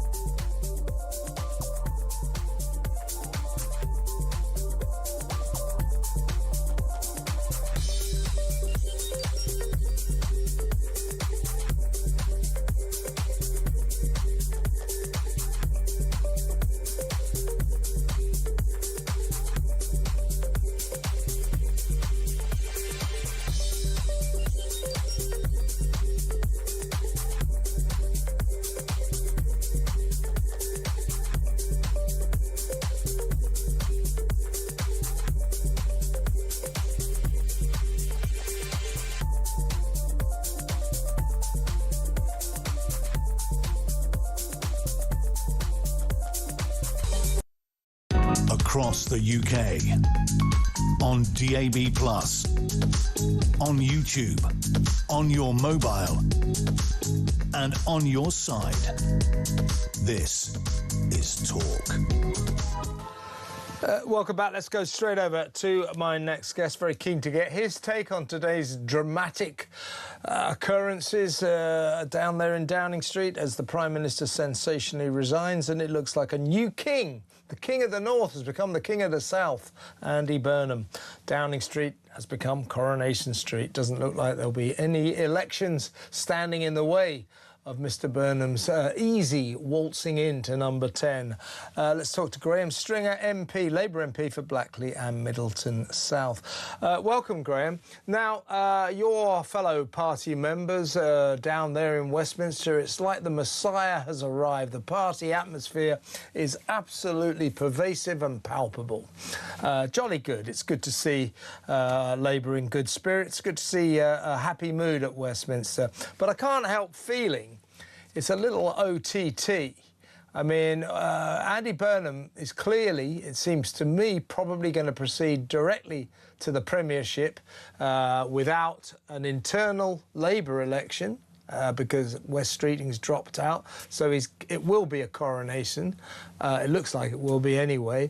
And I don't think he's going to call a snap election. Why would he? He might lose that. And if you did, Labour would definitely lose seats. Where is the political capital in that? But are you comfortable with him just waltzing into number 10, possibly within 2 or 3 weeks? No. I think, at the very least, he should be challenged by somebody. because he's not said a great deal about national policy, but often what he has said, he has contradicted himself within 48 hours. And I listened to your conversation before, and I think it's a very tough job being Prime Minister. If you don't, at least in your own mind, preferably shared with the electorate and the rest of the Parliamentary Labour Party, have a clear objective and a clear pathway to what you're going to do, you're going to be crushed by events. As Prime Minister, you have a lot of decisions to make every day, a lot of information to absorb. If you're not clear on your mission, then you're not going to achieve anything. So I think it would be better for him, better for the Labour Party, better for the country, if he was questioned closely, so he had to say where he wanted to take us to as a country. Is that where you think Keir Starmer fundamentally went wrong? A lack of clarity in whatever mission he felt he had? He certainly, if he had a mission, he didn't explain it to us. He didn't get it across to the people. Would that be your fundamental criticism of Keir Starmer? Well, I had a lot of criticisms of him. I think it was inevitable that he went today. He, as a human being, if somebody is in a tough job and they fail at it, I feel sorry for them. But he wasn't up to it, quite frankly. He didn't seem to understand what his job was. Partly what you're saying, he didn't seem to have very clear objectives of where he was going. And what I've just said about Andy was true in spades for him. He would say he wanted to fundamentally reform benefits. It was a moral obligation to reform them. Then he didn't. And you can go through a lot of examples like that. But he didn't seem to understand what parts of his job were. He was not only Prime Minister, leader of the country, he was leader of the Labour Party in Parliament. He had a job in Parliament. He didn't answer questions in Parliament. I don't believe he knew most members of the Parliamentary Labour Party. So some of the times when he got into trouble, I think he misjudged the leader of the Labour Party because quite simply he didn't know them. I've spoken to MPs who were elected 2 years ago, and they asked me questions because I've been here quite a bit. Was it like this in Blair's time? And I say, no. If you wanted to see Blair, you could see him. He made an effort to talk to people before his election victory in '97. These people are saying, well, I've never spoken to him, or I've spoken to him once. When he was appointing and sacking ministers, he got somebody else to do the job. When Blair always, however difficult it was for him or the person being sacked, he phoned them up and said, sorry, we're going to have to manage without you. Come over to 10 Downing Street and have a chat, see what you want to do next. So he wasn't a perfect Prime Minister, but in my mind, he gets better every day when I've compared him to what Keir is being doing. Yeah, now, I mean, I think there are some foregone conclusions here. I think if he's got any sense, Andy Burnham, which I think he does have, by the way, if he's going to be an agent of change, I sometimes think, by the way, the political world, Westminster, would be banned. It would be better if MPs were banned from using the word change. They use it like a sort of nervous tick. But anyway, he's promised change. He cannot deliver change effectively if he keeps, for example, the same Deputy Prime Minister, David Lammy, or the same Chancellor of the Exchequer. That would be to look far too much like Keir Starmer's administration, I would suggest. Is it, in your view, a good thing that Rachel Reeves will almost certainly get her marching orders? Yes, I think it is. Because everybody is up for re-selection, really. I think if he's serious about wanting to recreate industrial jobs, then he has to change the Energy Secretary. We have probably the highest energy costs in the world for industry. No country can be competitive if the energy costs, I think this is the right figure, is 4 times the costs in the United States and about twice the costs in Germany. We just simply can't be competitive like that. Energy is such a fundamental cost to business. And with the Chancellor of the Exchequer, she seems to give some comfort to the markets, but I don't think she's played her hand very well. And I think he needs somebody else who would not frighten the markets, would give certain reassurance to the markets. So my personal choice would be Pat McFadden, but there are other people who would be a safe pair of hands in that situation. I don't know about the Deputy Prime Minister. I don't think there's much role there apart from standing in for the Prime Minister sometimes. Right. Now, what would you think? I mean, there's a problem, isn't there, with Ed Miliband and Andy Burnham, if we take, say, my outlook and obviously partly yours, and that is that Andy Burnham is not likely to get rid of Ed Miliband. I mean, Ed Miliband's very sort of ideologically wedded to being our net zero secretary. He loves all that stuff. And Andy Burnham's very close with Ed Miliband, so he'll probably let him carry on with that disastrous role. Or, even worse, there's talk that he might even make him Chancellor of the Exchequer. If he makes him Chancellor of the Exchequer, I think that Andy Burnham can look forward to a premiership lasting about as long as Liz Truss's. I believe Andy has an aspiration to improve the economy. He can either give that up on day one if he has Ed in either of those 2 positions. If he was Chancellor, we'd immediately pay for it in interest rates. I've no doubt about that. And if he stayed as Energy Secretary, we would not have an economic recovery. Those are just the first really difficult decisions that Andy will have to make. I hope, I wish him well. I sort of been critical just now of him, but I want for the country, for the Labour Party, I want a successful Prime Minister. The last few Prime Ministers have been, both Labour and Conservative, have not been successful. That's not good for the country, from whichever party they come from. Can I ask you a last question, Graham? Thanks again for joining us, as always. Burnham, when he gets the gig, which he inevitably will be our 7th Prime Minister since Brexit. That's 10 years ago. 10 years ago tomorrow, we voted to leave the EU. Since then, we've had 7 Prime Ministers. We used to laugh at Italy about this kind of rapid succession of leaders, at the risk of using some sort of unfashionable, unwoke comparison. We're in danger of becoming, post-Brexit, this country is becoming more and more like a kind of European banana republic, isn't it?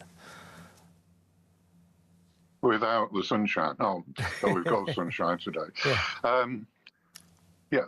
I think you have to look at the political parties. I've been thinking about this. I went back through all the Prime Ministers since the war, and you could get right up until Gordon Brown, really. And you could disagree with people. I mean, I disagreed on many things with Margaret Thatcher. But she had an agenda. She was a serious politician. Clem Attlee and Winston Churchill certainly were. And you go through them all. What's changed is, I think, and we've discussed this previously in a different context, the makeup of the political parties. There are too many people.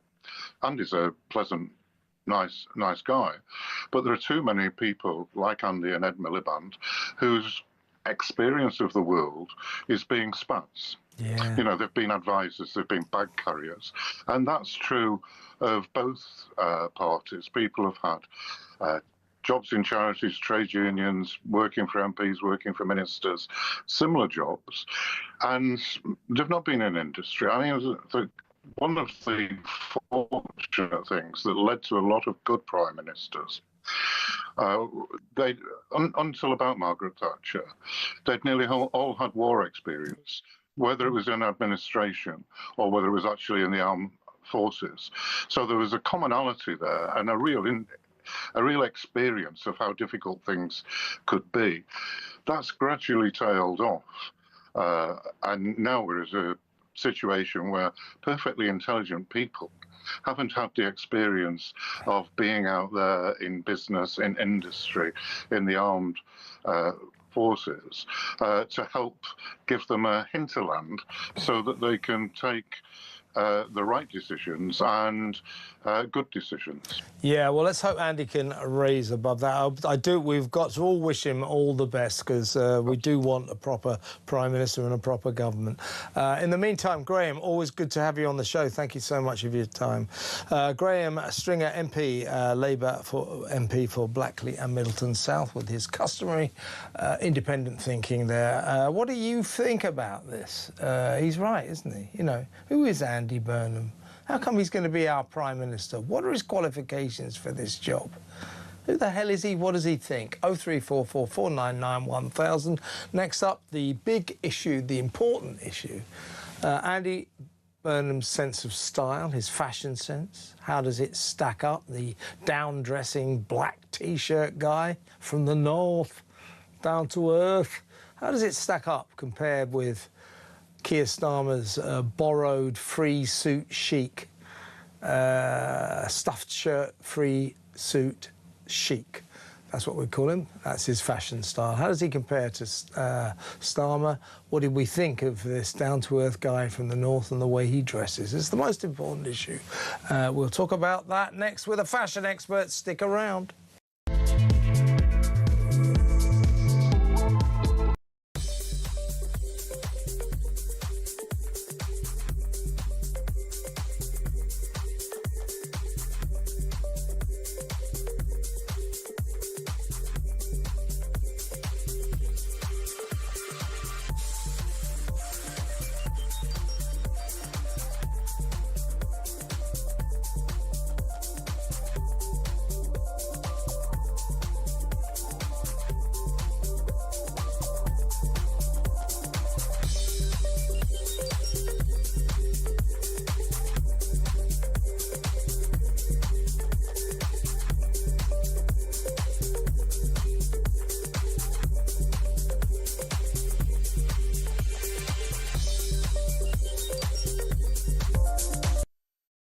What they're ashamed of is the English flag. Scottish flag, fine. Welsh flag, fine. Irish, everything like that's marvellous. But no. We can't be English. And this has been going on for a long, long time. He would be Prime Minister of the most toxic political brand in the country at the moment, which is Labour. And that is what we will be battling against. Our Prime Minister is allegedly attacked by another nation and nothing is said. This is a reminder that Russia regards the United Kingdom as a hostile power. Across the UK, on DAB+, on YouTube, on your mobile, and on your side.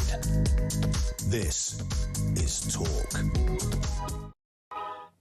In not too long, we'll be taking your calls. We need to talk. It's good to talk on Talk. Lots to talk about today. Obviously, the Prime Minister has resigned. Here comes King of the South, Andy Burnham. Now, give us a call, 03444991000, or you can send us a text or a WhatsApp voice note, but preferably just ring up and we'll talk. It's good to talk on Talk. Before we get to that, though, let's talk about the big one. It is Andy Burnham's sense of style compared with Keir Starmer's sense of style, or lack thereof. Let's talk to fashion commentator, former colleague of mine, fashion editor at the Daily Mirror, Amber Graffland. Hello, Amber. Hey, how are you? I'm good. Now, I saw that Andy arrived at Euston Station on his trip down from the north on the train today, wearing that black T-shirt, and I'm wondering, is it just one black T-shirt that he's got that he wears all the time, or does he have lots of them? I'm starting to think it might be the same one, but I think he has lots of them. The thing is, when you kind of talk about Andy Burnham and his style, it's a kind of it's an anti-style, and you ask the question, you know, who is he? It's all very orchestrated because you're not telling me the man doesn't own a suit. In a GQ interview a couple of years ago, he admitted that he had a penchant for an Armani suit that he used to like to pick up in the sale. So it's all very orchestrated, isn't it? He just wants to look like this normal guy. The Independent have done a really, really good article and had the fact that it's very orchestrated sort of anti-style moment that he has. I mean, lovely shorts. Yeah, well, I'll tell you what. What was funny about the jogging, Amber, was that this was like day one of his candidacy when it was revealed that he has been accepted by the Labour Party as the candidate for Makerfield. So he's in full campaigning mode, and like all politicians, that means he has to go out jogging for some reason. So he went out in these short shorts, and everybody said, "Oh, he's got horrible legs, they're a bit fat." And the next day he went out in knee-length shorts. So he's listening to the people when it comes to his clothes. He is. I mean, it's a tricky one, isn't it? Because there he is. There's the longer shorts, you see. Oh, there we go.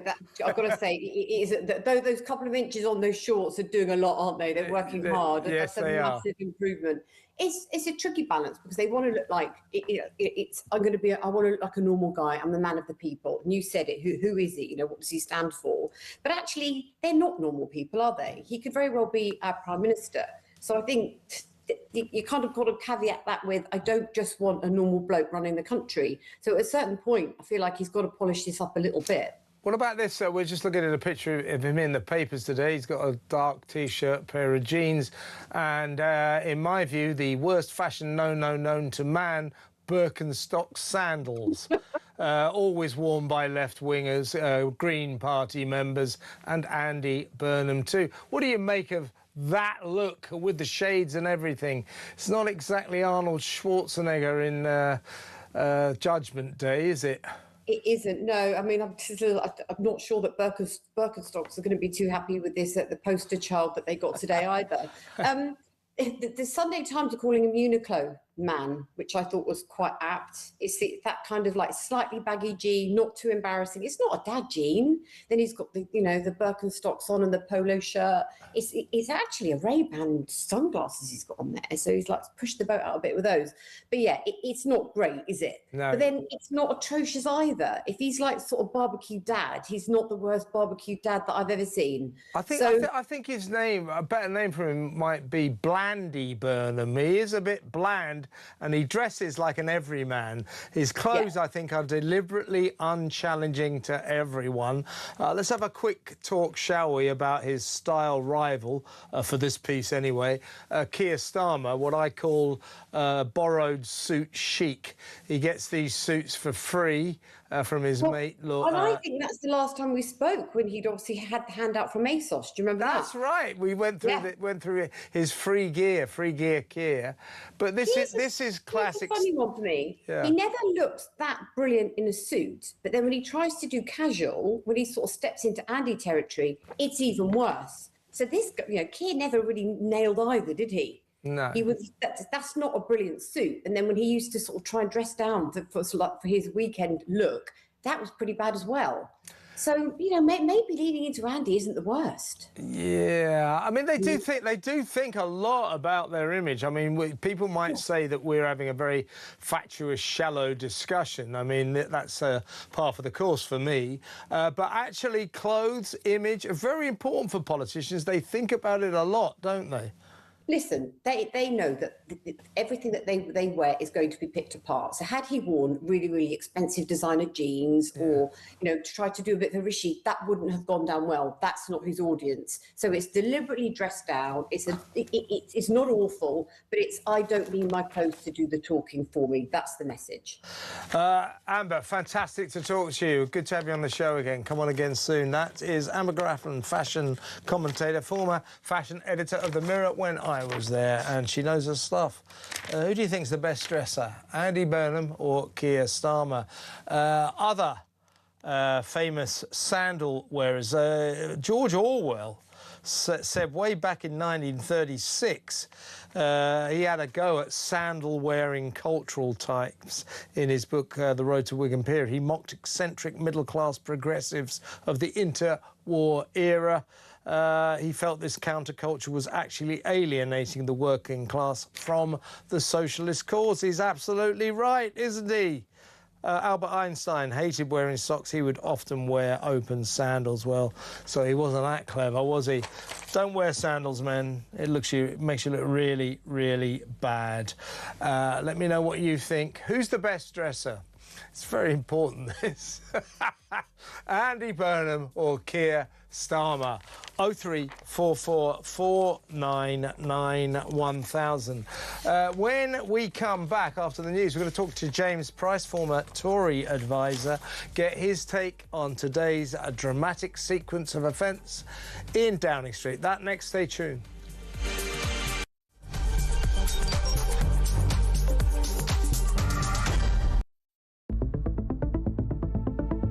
The question my party is asking now is whether I am best placed to lead us into the next general election. I have heard the answer of my parliamentary party to that question, and I accept that answer with good grace. Every decision I've taken has been about putting the country I love first. That is why I will resign as leader of the Labour Party. Well, you know what? In the end, he did do the right thing, and there were some achievements, and he's an honourable man, and he cared about public service. Guys, that's not what happened just now. In the last half an hour, Keir Starmer resigned, and he resigned because he was pushed.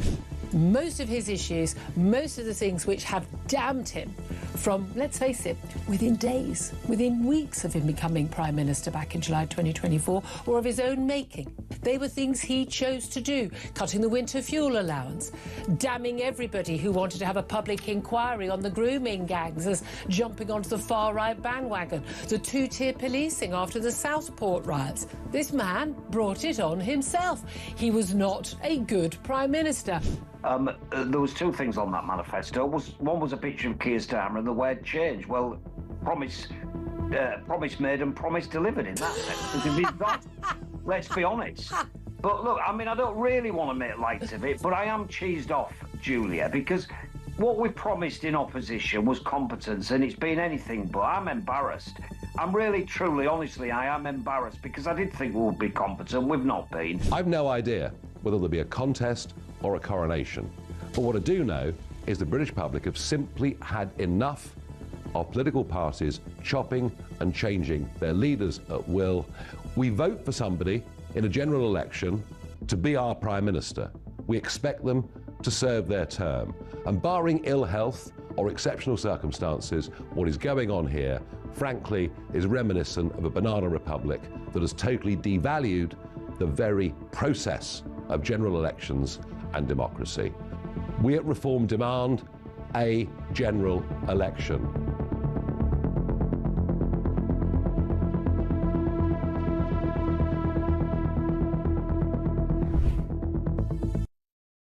Across the UK, on DAB+, on YouTube, on your mobile, and on your side.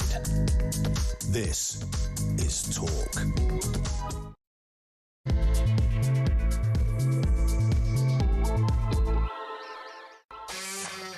Welcome back.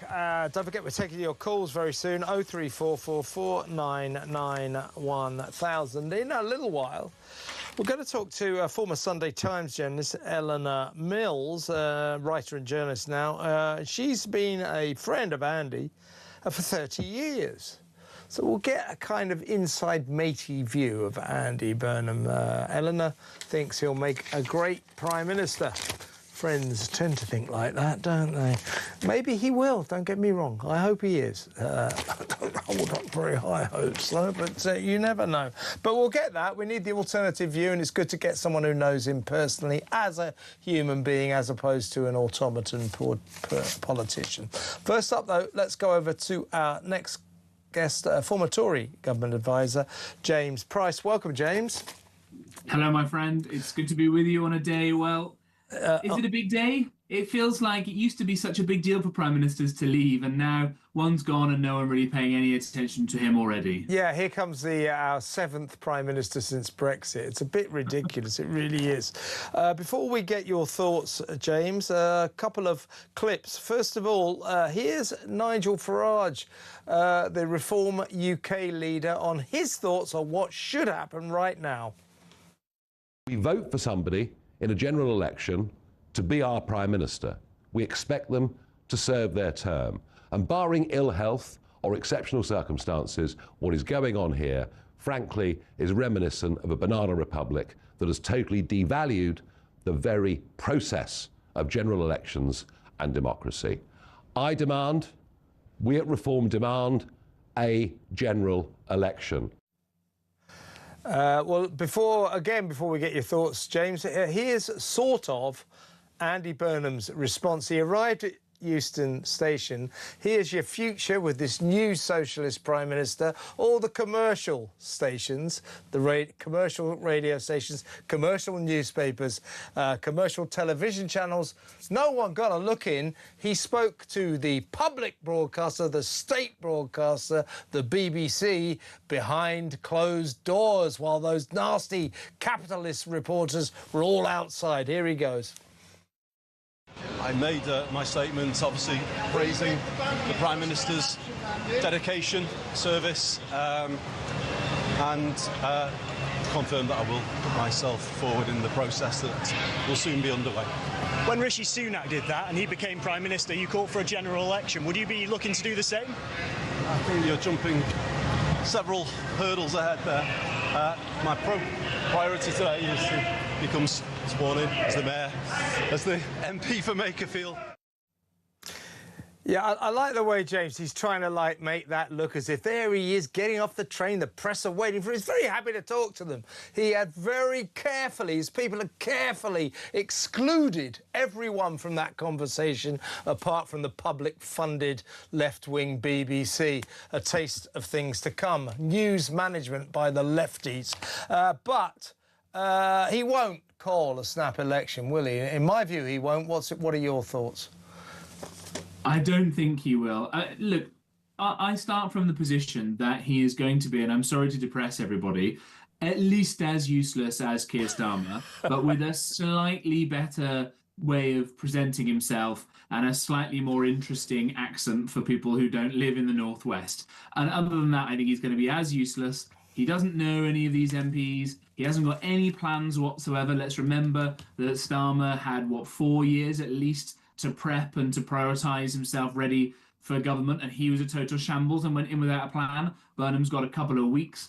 I think the guy hasn't got a Scooby-Doo what he's letting himself in for, and this will be the last time probably that anybody takes him seriously either, in the way they used to take Keir Starmer seriously too. So with all of that in mind, I think he's going to get into office, realise, oh my lord, I've got no idea what I'm doing, and he will cling to power for as long as he possibly can, with the nice car driving him around, people being deferential to him, a big majority, and why go and risk all of that just to go and be shellacked at some point by the general public? I do actually think, though, probably his best bet is to go as early as is humanly possible, try and claim a mandate for himself while the right is as stupidly divided as we are, before the right perhaps has a chance to get some kind of agreement amongst the different parties up together. But I think he'll bottle it for the reason that he knows this is going to be his only chance otherwise.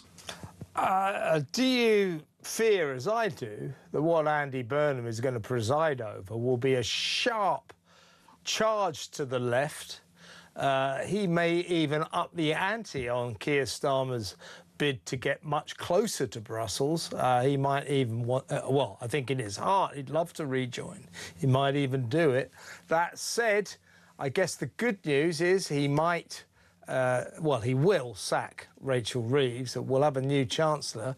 But there is this possibility that his best mate in politics, oh my God, that's crazy Ed Miliband, that he might make Ed Miliband the Chancellor. Now, there are cries, howls of dismay from business leaders, from economists and even union chiefs that you cannot make crazy Ed the Chancellor. He's disastrous enough as net zero.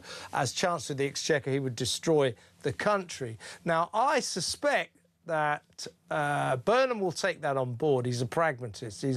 I think he's more of a realist than most of his ideological colleagues. I think he will take that on board. I think he'll probably leave Ed to ruin the country in net zero. But this is my point. Any Prime Minister who even thought for a second that I might make Ed Miliband Chancellor, which Burnham has, isn't fit to be the Prime Minister. End of. I can't disagree with you there, mate. Look, on what Burnham's going to do, there's the classic joke, you know, a Blairite, a Brownite and a Corbynite get into a taxi and the cabbie says, "Hi, Andy, where do you want to go?" Yeah, where would you like to go, Mr. Burnham? Yeah. This is a guy who, when he was health secretary... Yeah, I'd like to go left, please. Yeah, well, very good point. Or, yeah, definitely not 3 right to go left. Yeah. This is a guy who, when he was the health secretary, not only under Gordon Brown, not only, by the way, did he preside over the horrors of mid-staffs and people who were found having died of dehydration and draining the dirty flower water from the vase by the side of their bed and so on. He's also the guy who privatised an NHS hospital, which endears me to him because that's probably one of the better run hospitals at this point, having done that if it's still going, but probably won't endear him to all the lefties. And then he loses to Ed Miliband of all people in 2010, and then he loses again to Jeremy Corbyn, not for want of trying to go to the left. I remember in 2015 in that Labour leadership contest, and he went up and he said the party comes first. And Liz Kendall, who's now currently in the cabinet, who was against him, who came last in that contest, said, "No, Andy, the country comes first." And she got booed for saying that, just so we are all on the same page about who it is exactly that we are talking about here in terms of the Labour Party. But what does the guy believe in? Probably not a huge amount. He believes in himself, which I guess is something. He believes in Manchesterism. And with no offence to everybody living in Manchester, the idea that this guy, because he has had a small amount of responsibilities over one quite nice city and yet hasn't had any kind of responsibility for raising any of the taxes, really, because all that comes from redistribution from the southeast and from various devolution deals that he's got. He's now going to come and inherit a country where we are trillions and trillions of pounds in debt, and his first economic solution to it is going to make Ed Miliband the Chancellor. For what it's worth, I don't think that'll happen. I think it'll be Wes Streeting, and I think that's probably the deal that has been done behind closed doors in order for Wes not to challenge him and to get something of a coronation, which I think is probably the best thing in a weird way, because he won't have to compete with some other lunatic in the Labour Party to try and get the votes of all the mad hard lefties by promising to, I don't know, like nationalise the moon or to ban, I don't know, Twitter or something like that, because that's the kind of mad stuff that he might otherwise have to do. And they're obviously also craven and power hungry that they would pledge to do it. How would you, to go back to the departing two-tier, lots of tears Keir this morning, his tears... 2-year Keir, as he's telling you. Crybaby Keir, 2-year Keir. We're going to miss this guy's name. I mean, as I said earlier, even when he had to go at the farmers, Farmer Harmer Starmer, his name seemed to rhyme with everything. That was not handy for him. What would you characterise as his fundamental mistake? And by that, I don't mean, obviously, howlers like cancelling the winter fuel allowance for pensioners, the farmers' inheritance tax. I don't mean actual policy mistakes, and he made a lot of them, and usually U-turned and changed his mind. But somebody, Isabel Oakeshott, for example, she said that she thought his fundamental mistake was his attitude to the British people, as revealed almost immediately when we had those riots in Southport after the Southport killings, and he started dismissing all those people protesting about our migrant crisis as far-right fascists, and then sending them to jail. In other words, proving that his conception of what his job was as Prime Minister was not to make decisions, not to be creative, not to be imaginative. It was to be a facilitator, an enabler of procedure, and to send those awful commoners, those people of this country who don't think like him, those awful far-right fascists, to jail. It was that kind of us and them attitude that I think defined his disastrous premiership. He doesn't like Britain, he doesn't like the British people. Yeah, I think there's definitely an awful lot in that. I suppose my take on it is that second half. It's the flip side of it. He is what Adam Smith would call the man of system. He is, an institutional player to his absolute core. And I think that is exactly what Britain doesn't need. And in a nice way, we have tested the hypothesis now to destruction. We've had the kind of mad chaos of Boris Johnson. We've had whatever Liz Truss was, bless her. We've had someone in Rishi Sunak who worked so hard. He worked every hour God gave him, and it wasn't nearly enough.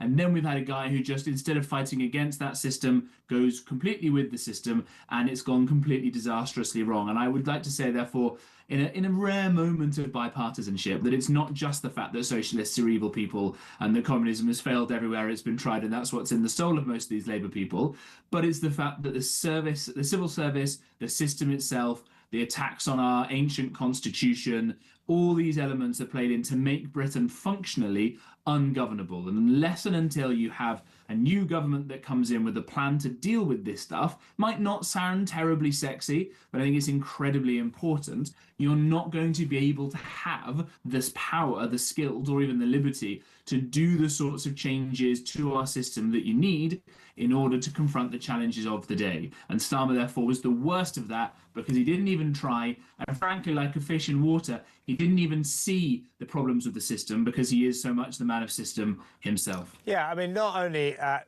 home trying to facilitate, enable the legal process, that's all he thought his job was to enable the procedure. And internationally, globally, of course, it was to enable international law above everything else. So it doesn't matter that British interests were completely quashed by the ludicrous nature of giving away the Chagos Islands. As far as he was concerned, that was dictated by international law and therefore has to be adhered to, has to be applied. Process must be seen to be done. That was his approach. It was ridiculous. Let me ask you this, James, to sort of go off piece slightly. Makerfield.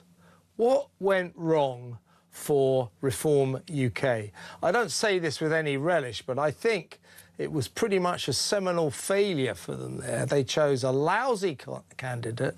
Frankly, their campaign wasn't any good, and they are showing an increasing propensity for picking bad candidates and running bad campaigns. That's two bad by-elections in a row. They can't find the right candidates. If there's a general election, Nigel Farage, we want a general election tomorrow. How are you going to, Nigel, find 650 decent candidates when you can't even find one in Makerfield? Reform have got a problem, haven't they? Well, I think in both this and the Gorton and Denton by-election before, where we saw the Green Party doing all their campaigns in God knows how many different weird and wonderful languages, there are structural problems in there. In Gorton and Denton, there were those demographic challenges. In Makerfield, frankly, the people of the United Kingdom are smart. They look at this and they go, hang on a minute, whatever else happens, I'm going to get the Prime Minister as my MP for a year, 2 years, 3 years, whatever it may be. This is maybe the one chance that I've actually got to get the damn pothole outside my front door filled in, to get the waiting lines at the hospital. And to get rid of Starmer. And exactly right, to get rid of Starmer and roll the dice on this other fella. So that is difficult. I think one of the other problems was this other little party, Restore, that's starting to... It split the vote, not obviously mathematically in the end enough to make a difference, but I think it does make it difficult for Reform to pitch itself. Now it has some competition sort of from its own right flank, although, you know, Rupert Lowe, when he's in person, says very different things to whoever runs his Twitter account and what they tweet there. Far be it from me to wonder if there's something weird going on there. But that's a problem. And it goes to the thing I said earlier on, mate, that if Burnham has got the cojones we don't think he has, and he calls an election soon to go, and we've got the Tories and Reform and this other bunch all fighting each other, we're going to let the mad communists, after 2 years of beheadings and horrors that we've seen, and economic decline and collapse and throwing away our own territory and all the rest of it, we're going to let these nut jobs have another go of it because the right can't get its act together and can't get its egos in a line. And if that's the case, I mean, God, let the last person turn the lights off before you leave. Oh, no, wait, thanks to Miliband, they'll already be off. They certainly will. Now, you know, it now looks, as I say, Downing Street's become Coronation Street. Andy Burnham's going to get the gig maybe within about 3 or 4 weeks. I think even he doesn't want it that quickly. I think he would have liked a whole summer to maybe go away and sort of contemplate his glorious future at leisure. But I don't think he's going to have that chance. I think he'll be in there pretty damn quickly. What's he going to do? Let me ask you this last. There's so many things. I'd like to know what he's going to do about defence. Is he going to do the sensible thing and take away spending from our grotesque welfare bill? I doubt it. But what do you think, for example, last week, James, 1,100 small boat illegal migrants arrived in just 4 days coming across the channel. This government, Keir Starmer's government, has been a catastrophe when it comes to the migrant crisis. Smash the gangs! He didn't smash a single gang. Stop the boats! One in, one out! Which is an absolute sort of musical joke, that scheme. So this current administration, Starmer's government's done nothing, and the problem keeps getting worse. What will Burnham do you think, to perhaps solve our migrant crisis, if at all?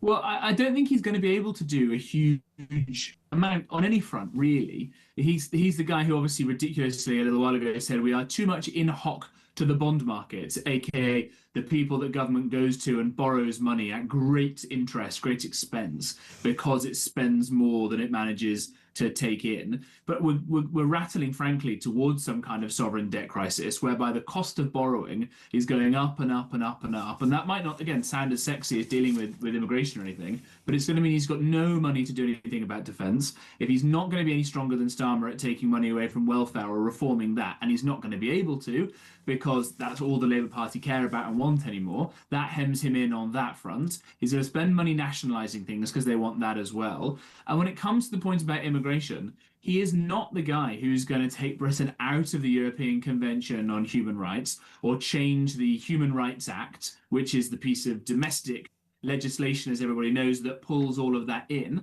and frankly is a higher piece of law than almost anything else we have, which is the reason why you can't deport literal child rapists and all the other horrible people, because the law now says that we have to give more credence to those guys and their rights than the rest of us who are being beheaded or anything else. Is he going to deal with that? Of course he's not going to deal with it. So he's going to just try and distract with different things. There'll be different baubles here. There'll be singing about Oasis over there. There'll be peace and love. All the while we'll continue falling ever more into the ground. And it just makes the cleanup operation for any future right-wing government that much harder when there's even less financial firepower to play with, even more people suckling at the dead nipple of the state. Sorry to be so evocative of this, but that's the situation that we're into now. We spend way more every year on servicing the debt, on just standing still, and that number is growing, than we do on the defence of the realm as the world is getting scarier and the Russians are looking ever more frightening, and the Chinese and the rest of it. Really ask yourself, is Andy Burnham, Andy, I like chips and gravy, that's my favourite biscuit, he's the guy who's going to fix these mammoth problems we face? Ah, come on. It's a long shot, James. I'm just keeping my fingers crossed for now. But Andy Burnham has already failed my first litmus test for any human being. It's this: never trust anyone who wears Birkenstock sandals. Simple as that. My assistant producer Sophie's giving me a really dirty look because she's wearing Birkenstock sandals. James, good to talk to you. Come on again soon. James Price there, former government advisor, Tory government advisor. Next up, we'll talk to Eleanor Mills, journalist, author, and old friend of Andy Burnham. We'll get her take on her mate. What is he going to be like as our Prime Minister? That next. Stay tuned.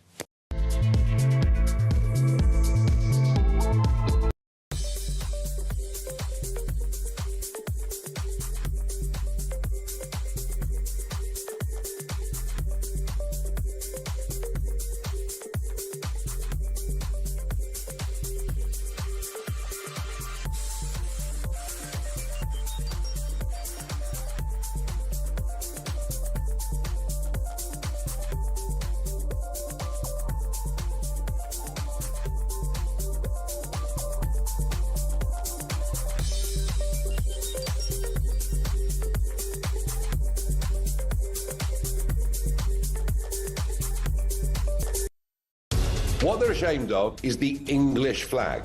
Scottish flag, fine. Welsh flag, fine. Irish, everything like that's marvellous. But no. We can't be English. And this has been going on for a long, long time. He would be Prime Minister of the most toxic political brand in the country at the moment, which is Labour. And that is what we will be battling against. Our Prime Minister is allegedly attacked by another nation and nothing is said. This is a reminder that Russia regards the United Kingdom as a hostile power.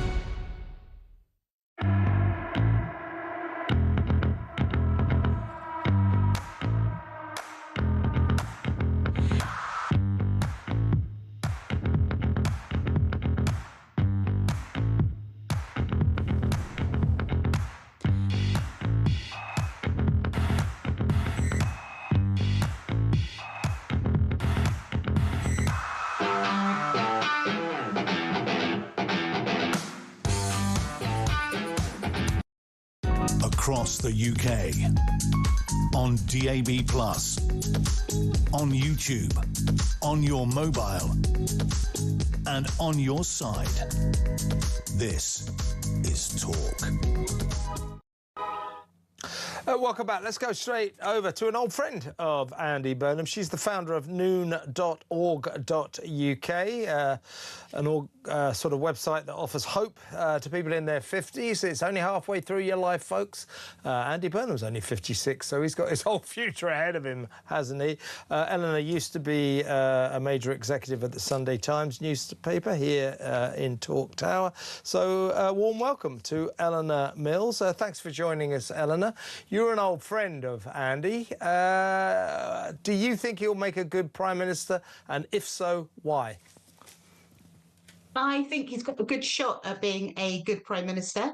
I think it's a really hard job for anyone to do, as we've seen over the last few years. The reasons that I think he would have a good shout at it is because I think he has principles.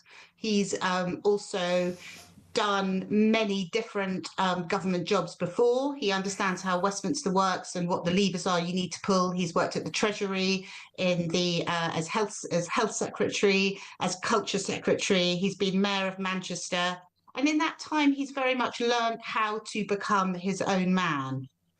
He has stood up for the families of the Hillsborough disaster when that was a very unpopular cause. He stood up against Boris Johnson to do what was right for Manchester during the pandemic. If you go up to Manchester, it's a place that works, where there's a flourishing community, where everywhere around you is evidence of a city with someone having a grip. There's new housing, the buses work. He completely changed those so that kids had much cheaper fares so they could get to kind of different universities. Were you at university with Andy, Eleanor? Is that how you know him? No, I wasn't. Okay. No, he was my first boss. Okay. Well, in what respect? Where were you working then? We were working for the world's premier bulk liquid transportation, otherwise known as Tank World.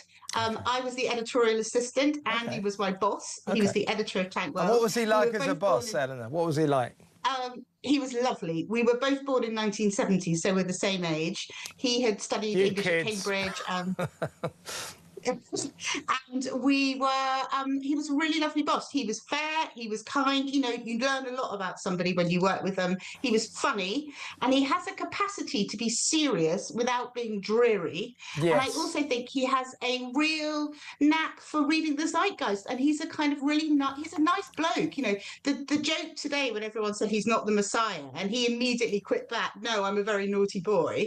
You know, he understands how people think, and he's not stuck in an ivory tower. And ever since I first met him, when he was my boss at Tank World, and we used to share a cheese sandwich at the local pub or go to the Esso garage to buy our lunch, he's been concerned about fairness and giving the people that he grew up with in Makerfield and around there a fair crack of the whip. You know, when we were 22, he used to talk about how the kids that he'd been to school with often came from families with intergenerational worklessness, when nobody they knew had ever had a job, and how unfair it was, and how he was kind of intellectually smart and got out and got to Cambridge, but lots of them didn't, and that there was no other there were no other alternatives for them. So when he talks about fairness, this is something that he's been really meaning and talking about for 35 years. Okay. And he's somebody who has a good heart and I think good values. You said earlier, Eleanor, that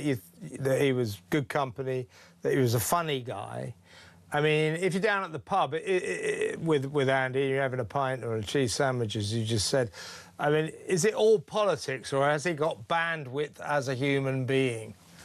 He's got bandwidth, massive bandwidth as a human being, great bounce. I used to tease him a lot about his eyelashes. He had much better eyelashes than me, and we used to joke about him being on the mascara.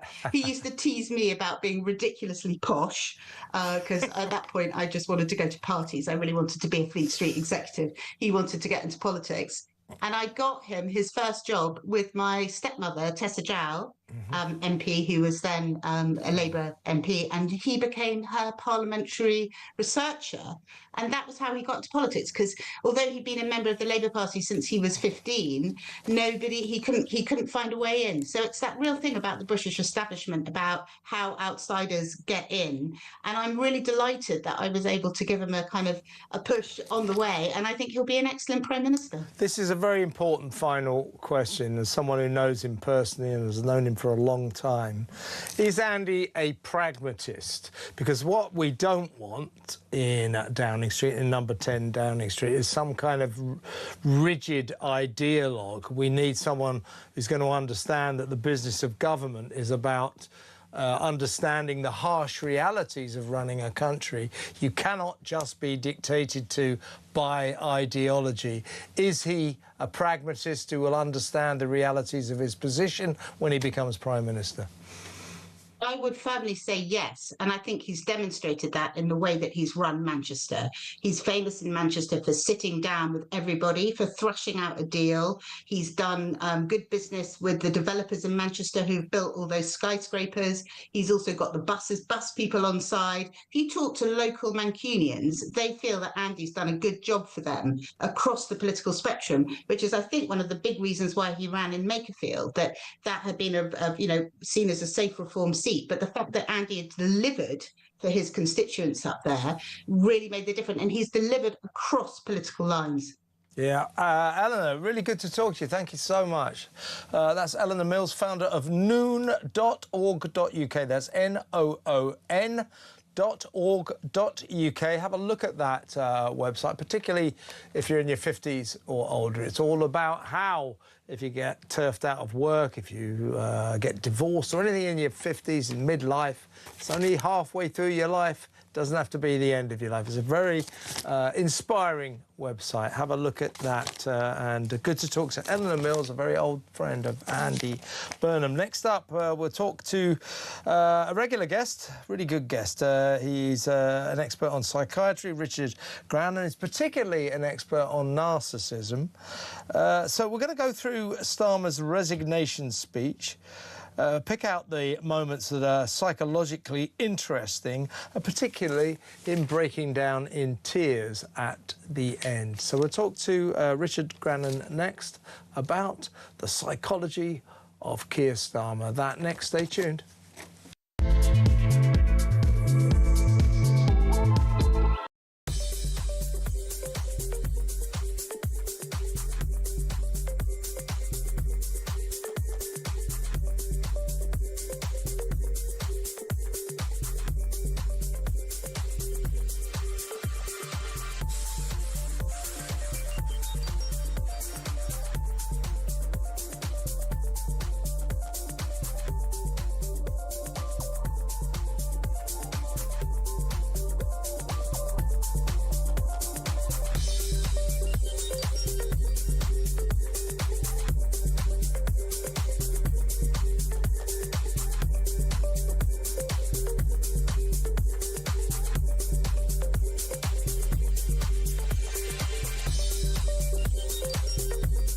Children who are my pride across the and my UK, joy.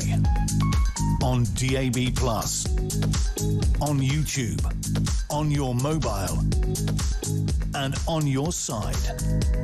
This is Talk. Welcome back. Well, let's go straight over to a narcissism expert, psychology expert, Richard Grannon. Welcome, Richard. Thank you very much for having me on again. Always good to have you on the show. You will have seen Keir Starmer's, he's now got a new name, 4 Million Tears Keir, as he was sobbing away towards the end of his speech. We'll get to that in just a moment, because I think it was very telling. Somebody who knows more about these things than me told me earlier that when people cry in public, it's often a sign of stress in private. But let's first talk about this bit of his speech where he's reeling off his alleged achievements. Watch this. Every decision I've taken has been about putting the country I love first. That is why I will resign as leader of the Labour Party. I have spoken to His Majesty the King this morning to inform him of my decision. I will ask the National Executive Committee of the Labour Party to set out a timetable with nominations opening on the 9th of July and completed by the summer recess. In the case of a contest, this will ensure a new leader is in place before Parliament returns in September. He's got this thing, hasn't he, Richard? He always sounds like a parochial parson, a vicar in a country church. Every time he delivers a speech, it's not long before he falls into ecclesiastical mode. So, I've tried very hard for this country, every decision I made. It's kind of, it's sort of sanctimonious, that's the word. But what do you make of a man who has clearly achieved absolutely nothing in 2 years? It's been a 2-year catastrophe, 2-year Keir, trying to talk himself up like that in a way that is so preposterous that people are going, what on earth are you talking about? He overpraised himself, didn't he? What is that about psychologically, Richard? I hear an awful lot of grandiosity, and in the clinical literature for narcissistic personality disorder, the clinicians look out for a haughty demeanour, and I think this qualifies as a haughty demeanour. You wouldn't think that this was a man who'd been forced out by his own party because of incompetence. There's nothing in the speech of accountability whatsoever, not one bit. Yeah, that's exactly right. I mean, he's in effect, he's standing there saying, I've been in the most amazing success. And we're all going, if you've been such an amazing success, why is your party firing you? Because that's what's happened. He's been fired by a Labour Party that knows he is so hated, he can't win the next election. Is he in a state of denial, delusional denial? I would think so. Obviously, I've never met the man, but it looks like delusional denial. And you'll notice he's engaging in manipulative behavior. He's trying to control the frame by which people view this instance and the frame by which people view the incident, and doing as much as he can to not have to deal with the shame of being caught out being simply incompetent. He just wasn't the right man for the job. Totally agree. Well, let's move on to, I think, probably psychologically the more interesting section of this speech, 7 minutes. And it ended with him very clearly breaking down and beginning to weep. Let's watch this. And when I leave the biggest job in the country, I shall spend more time on the most important job, being the best husband I can to my fantastic wife Vic, who has been a rock by my side through good times and bad, and being the best dad I can to my beautiful children, who are my pride and my joy. So, pass the Kleenex. No, I mean, look, there's a guy, he's under immense stress. He's emotionally breaking down there, and I wouldn't want to demean him for that. But, you know, I'm so old, Richard. When I went to school, this is no joke, the teachers, it was a boys' school, I'd never cried, but the boys who cried used to get hit until they stopped crying. And they soon learnt not to. So I come from an ancient generation where it doesn't seem right for a man to cry in public. I do think it would have been better if he could have held his emotional incontinence in check at that moment. Why was he crying in your view? Well, maybe your viewers might think me somewhat cynical, but I thought it was a little bit of a forced display of of sentimentality. I think it's part of a strategy. I think it's part of a tactic. Yeah. Please don't attack me. I'm a loving husband. I'm a loving father. Okay, I'm glad that you are, but we remember what you did. We remember what you didn't do when you should have done it. And these are the facts. I mean, this man is a solicitor by trade. You can't stand in a court of law and cry and say, I'm a loving father, I'm a loving husband, and not expect to deal with the consequences of your actions. So I think it's slippery. I personally feel like he's being slippery, but perhaps I'm too cynical. No. You've just delivered an explanation for these tears, this blubbing, that I'm prepared to accept 100%. I was thinking this guy is under such pressure that he emotionally broke for a second towards the end of that speech. But I certainly wouldn't put it past him that it was all an act in order to try to garner some sympathy. That's my view, but full disclosure, I do have a very, very dim view of the man. I really don't think much of him. Well, Richard, I don't think you're alone in that. What about Andy Burnham? Just for quickly, I know it's from afar, but what is your assessment of him? A lot of people say that his defining or his predominant characteristic seems to be that he's rather fond of himself. So as a narcissism expert, do you see signs of narcissism in our next Prime Minister? I see signs of somebody who's doing an awful lot of work to signal who he is and to control people's perception of him. I wish these guys would just grow a character and then show up and be authentic. It's all such a big performance now. Richard, very good. Excellent stuff. Well done. Thank you very much for joining us. Come on again soon. Right, before we go to break, we've got lots of calls. We're going to take them for the rest of the show. 03444991000. Should have got to you before. We did a couple earlier in the show, but we've got so many. I've got lots of messages, but you understand we've got to work through the expert guests. What a big day this is. But let's get Jill in Cornwall's take on what has happened today. First of all, Jill, what do you feel that we need? Well, I would agree with you. We need a general election, but Burnham's not going to give us one, is he? No, he's not. And to be perfectly honest, I think he's just going to go along with the politics of the Labour Party, which I don't agree with. You know, I don't think that they haven't done anything for the country that has helped the country. And I just think he's going to pick up the bag and do what Labour were going to do anyway. We shouldn't have this sort of situation where they change the leader completely, who's got different views and different behavioural views, and then expect the country to accept it as the government. There should be a general election. We should be allowed to vote on whether or not we want Andy Burnham, who's leader of the Labour Party, tell us what his views are, what he's going to do, and then get people to vote. Well, I actually quite, although I probably shouldn't say it, but I quite like listening to Ian Duncan Smith, what he was saying. It was quite informative, really. Yeah, well, it's good to have him on the show, but of course, I think the harsh realities of Westminster politics, I think most people know there in Parliament that he's very unlikely to call a snap election because the only result possible, he might just win that, which would allow him to say, look, I've got a mandate from the people, but Labour would lose a lot of seats. That doesn't make political sense. Therefore, we ain't going to get no snap general election, I don't think, Jill. No, and I just think that he'll bring in Angela Rayner because she's supported him. Of course he will. He'll bring in West Streeting because he's supported Convicted criminal Louise Haigh. Yeah.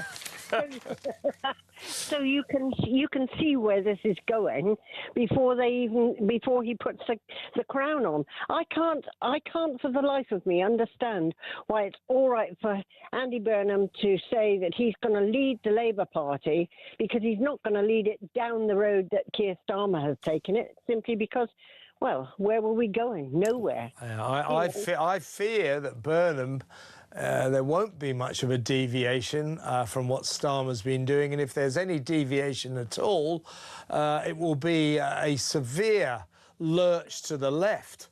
Yeah. I think Jeremy Corbyn is probably closer to where Andy Burnham is. I agree. I agree. And if that's the case, then, well, yeah. I need to get my passport sorted. Yeah, me too. I'm going to pack my bags and head for almost anywhere. North Korea, here I come. A much more right-wing place than this is going to be very soon. Jill, excellent to talk to you as always. Jill in Cornwall there. Let's go to break. More of your calls when we come back. 0344 499 1000. I'll read some messages too. I don't know if we've got any voice notes, WhatsApp voice notes, but if we have, we'll play them out. So all that's still to come. Stay where you are.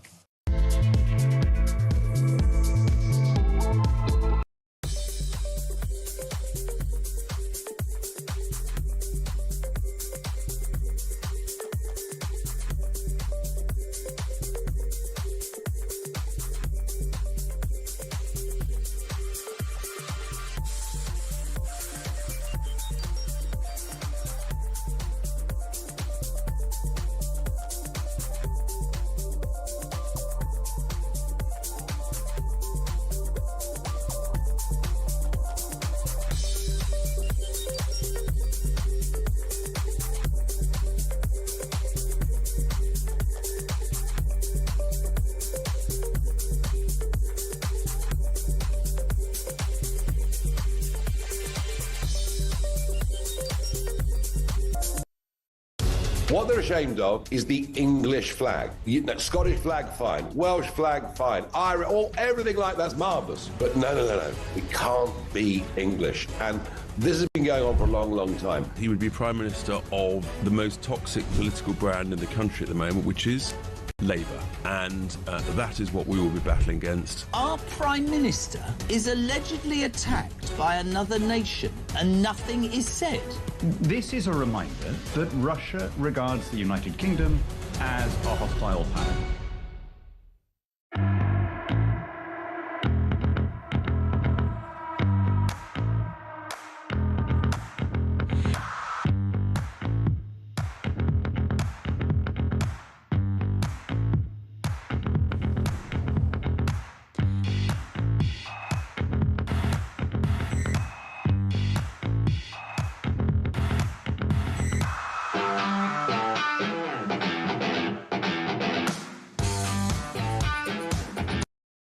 Across the UK, on DAB+, on YouTube, on your mobile, and on your side. This is Talk. Welcome back. Go back to the phones in just a second. Read a few of your messages. Tony says of Crybaby Keir, sobbing away there in the Downing Street. He hasn't cried as much as we have over the past 2 years. Absolutely right, Tony. Good point. 2-year Keir on his way. Still here, Keir, but won't be for much longer. What do we got here? GP says no chance of a general election. We are getting the coronation chicken. Yep. Downing Street is Coronation Street, no doubt about it. This is from Margaret in Birmingham. One thing I remember from Starmer is the Bell Hotel. Migrants come first.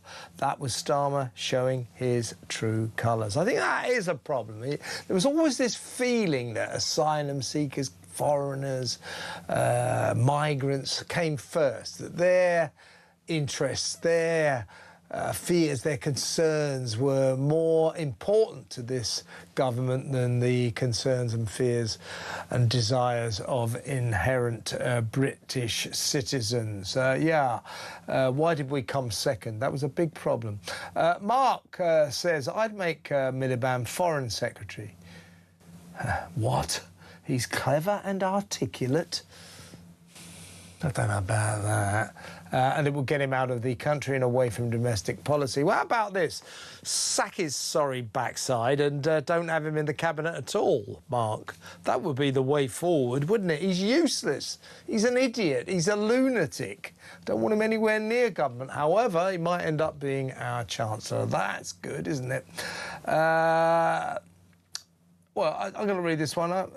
This is Sandra from Hampshire. Could you just put out a reminder for owners not to walk their dogs in this intense hot weather? Lots of them don't take proper care of their dogs, so a gentle reminder would help. Yeah, be careful with your dogs in this hot weather. Be careful of yourselves in this hot weather. I'll go all BBC and tell you, oh, if it's hot weather, if you go outside, you're going to die. Stay in, draw the curtains, don't go out, the sun's shining. Ah! No, but be careful out there. And the lady is right. Who was that lady who said that? Anyway, she's right. Be careful of your dogs out there in this heat. The reason I'm saying that, I got a new dog over the weekend. Say hi to Neffy. I'll show you some pictures of her tomorrow if you like.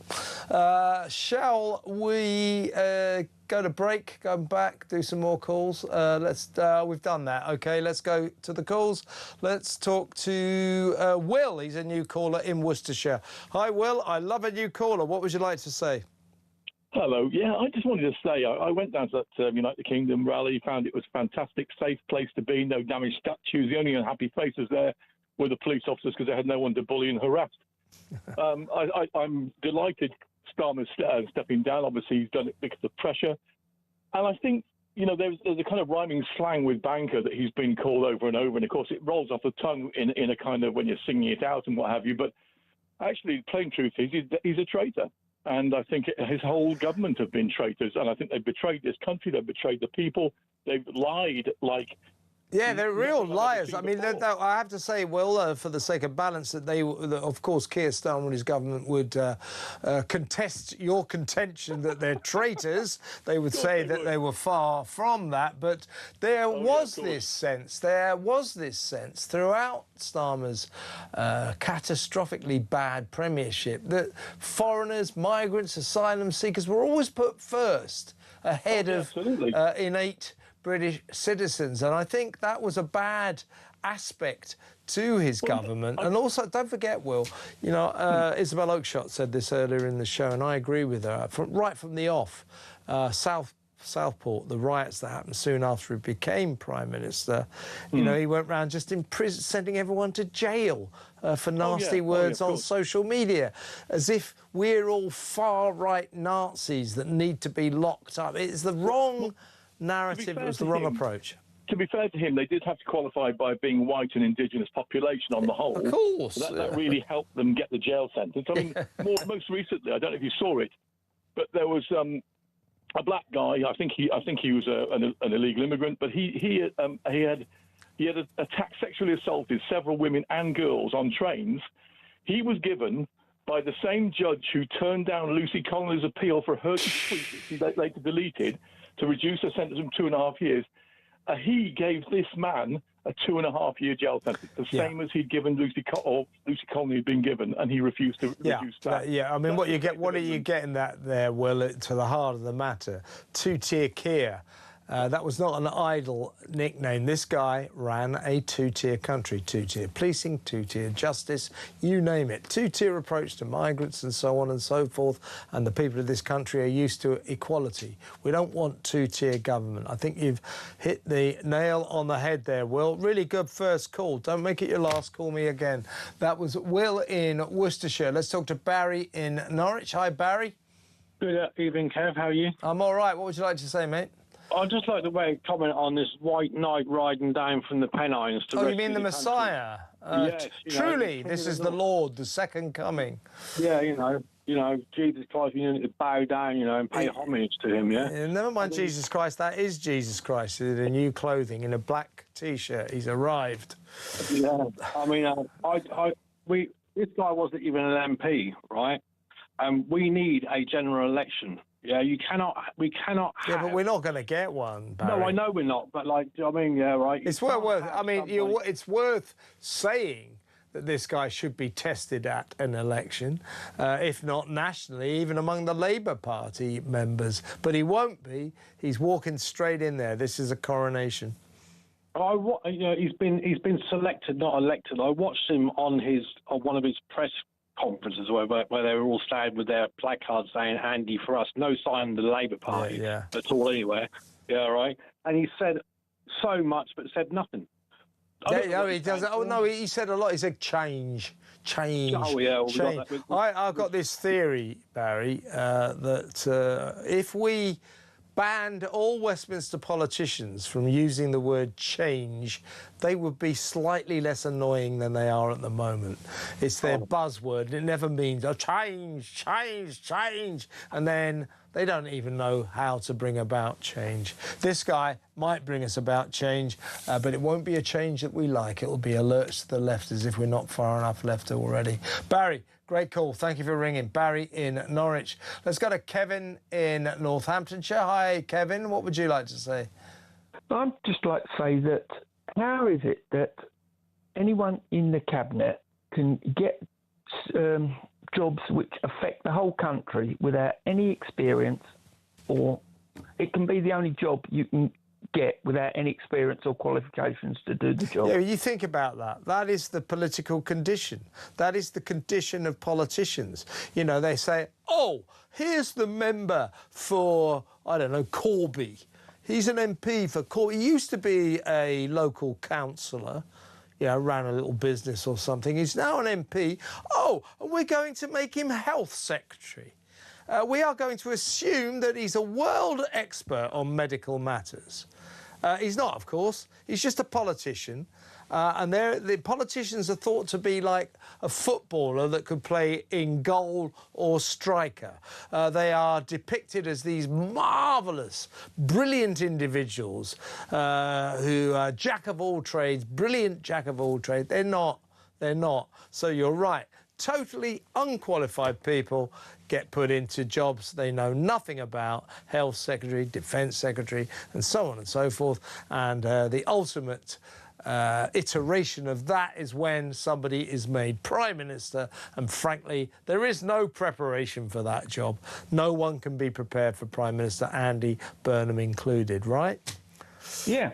It's just a ridiculous scenario. It is. It's absolutely bad. I'd just like to say as well, why can't we have the Bank of England run the finances of this country, and then when a government gets elected, they have a budget that they have to work to. So the Bank of England can set a 25-year budget for this country, plan it, and then they come into power. They get £10 billion, they get told. Yeah. Well, I mean, that's interesting blue sky thinking. The problem with it is, Kev, is the Bank of England is full of communists. They're full of woke lefties. So the idea of them having the purse strings of the nation, no, thank you very much. But I do think we need some interesting thinking in that direction. Kev, really good call. Thank you. Kevin in Northamptonshire. Let's finish on an upbeat note with the excellent Tarquin of London. Hello, Tark. Lord Sullivan, how are you? You've got a new dog. I'm very, very well. You got a new dog, sir? I've got a new dog, yeah. She's called Neffy. She's all the way from Egypt. But we digress. I'll show you a picture tomorrow, I promise. She's a rescue dog, of course. Let's not talk too much about my new dog.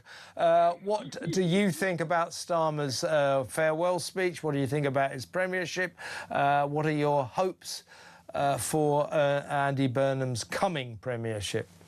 Oh, mate, how long have we got? I'll try and make it a bit concise. I just think those were crocodile tears at the end that his media experts. And by the way, Keir, don't forget at the end, cry a bit. Just do a bit of crying. They'll love you for it, yeah. Don't forget your media training, Keir. Weep. Look human at the end there, because at the end of the day, Keir, there's no statute of limitations on treason. Yeah. Everybody loves a crier.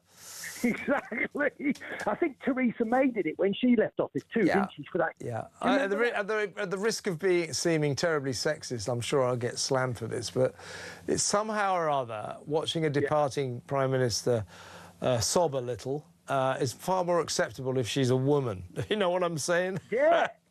Well, I went to an all-boys school, like, you know, they were the club at the crowd. They used to really beat us up if we cried. We soon learned not to. Look at all these soy boys trying to get in the military. Ain't going to happen, is it, mate? You know, it's ridiculous. Exactly. We don't want a soppy Prime Minister. Listen, I better go, Tarquin. Well, no, OK. What the hell? What are your hopes for Andy Burnham's premiership? Yeah, these are the serious points I'd like for people to consider, and you, Kev. Rhetorical question, I don't know the answer to this. Is Andy Burnham a Fabian? That would concern me greatly, because that suggests his loyalty is like with some other ideological group rather He probably feels the Fabians are too left-wing. Well, that would be my first. Secondly, because he was in the Blair-Brown era, he might have Tony Blair on speed dial, not least because the TBI, Tony Blair Institute, is really keen on those AI data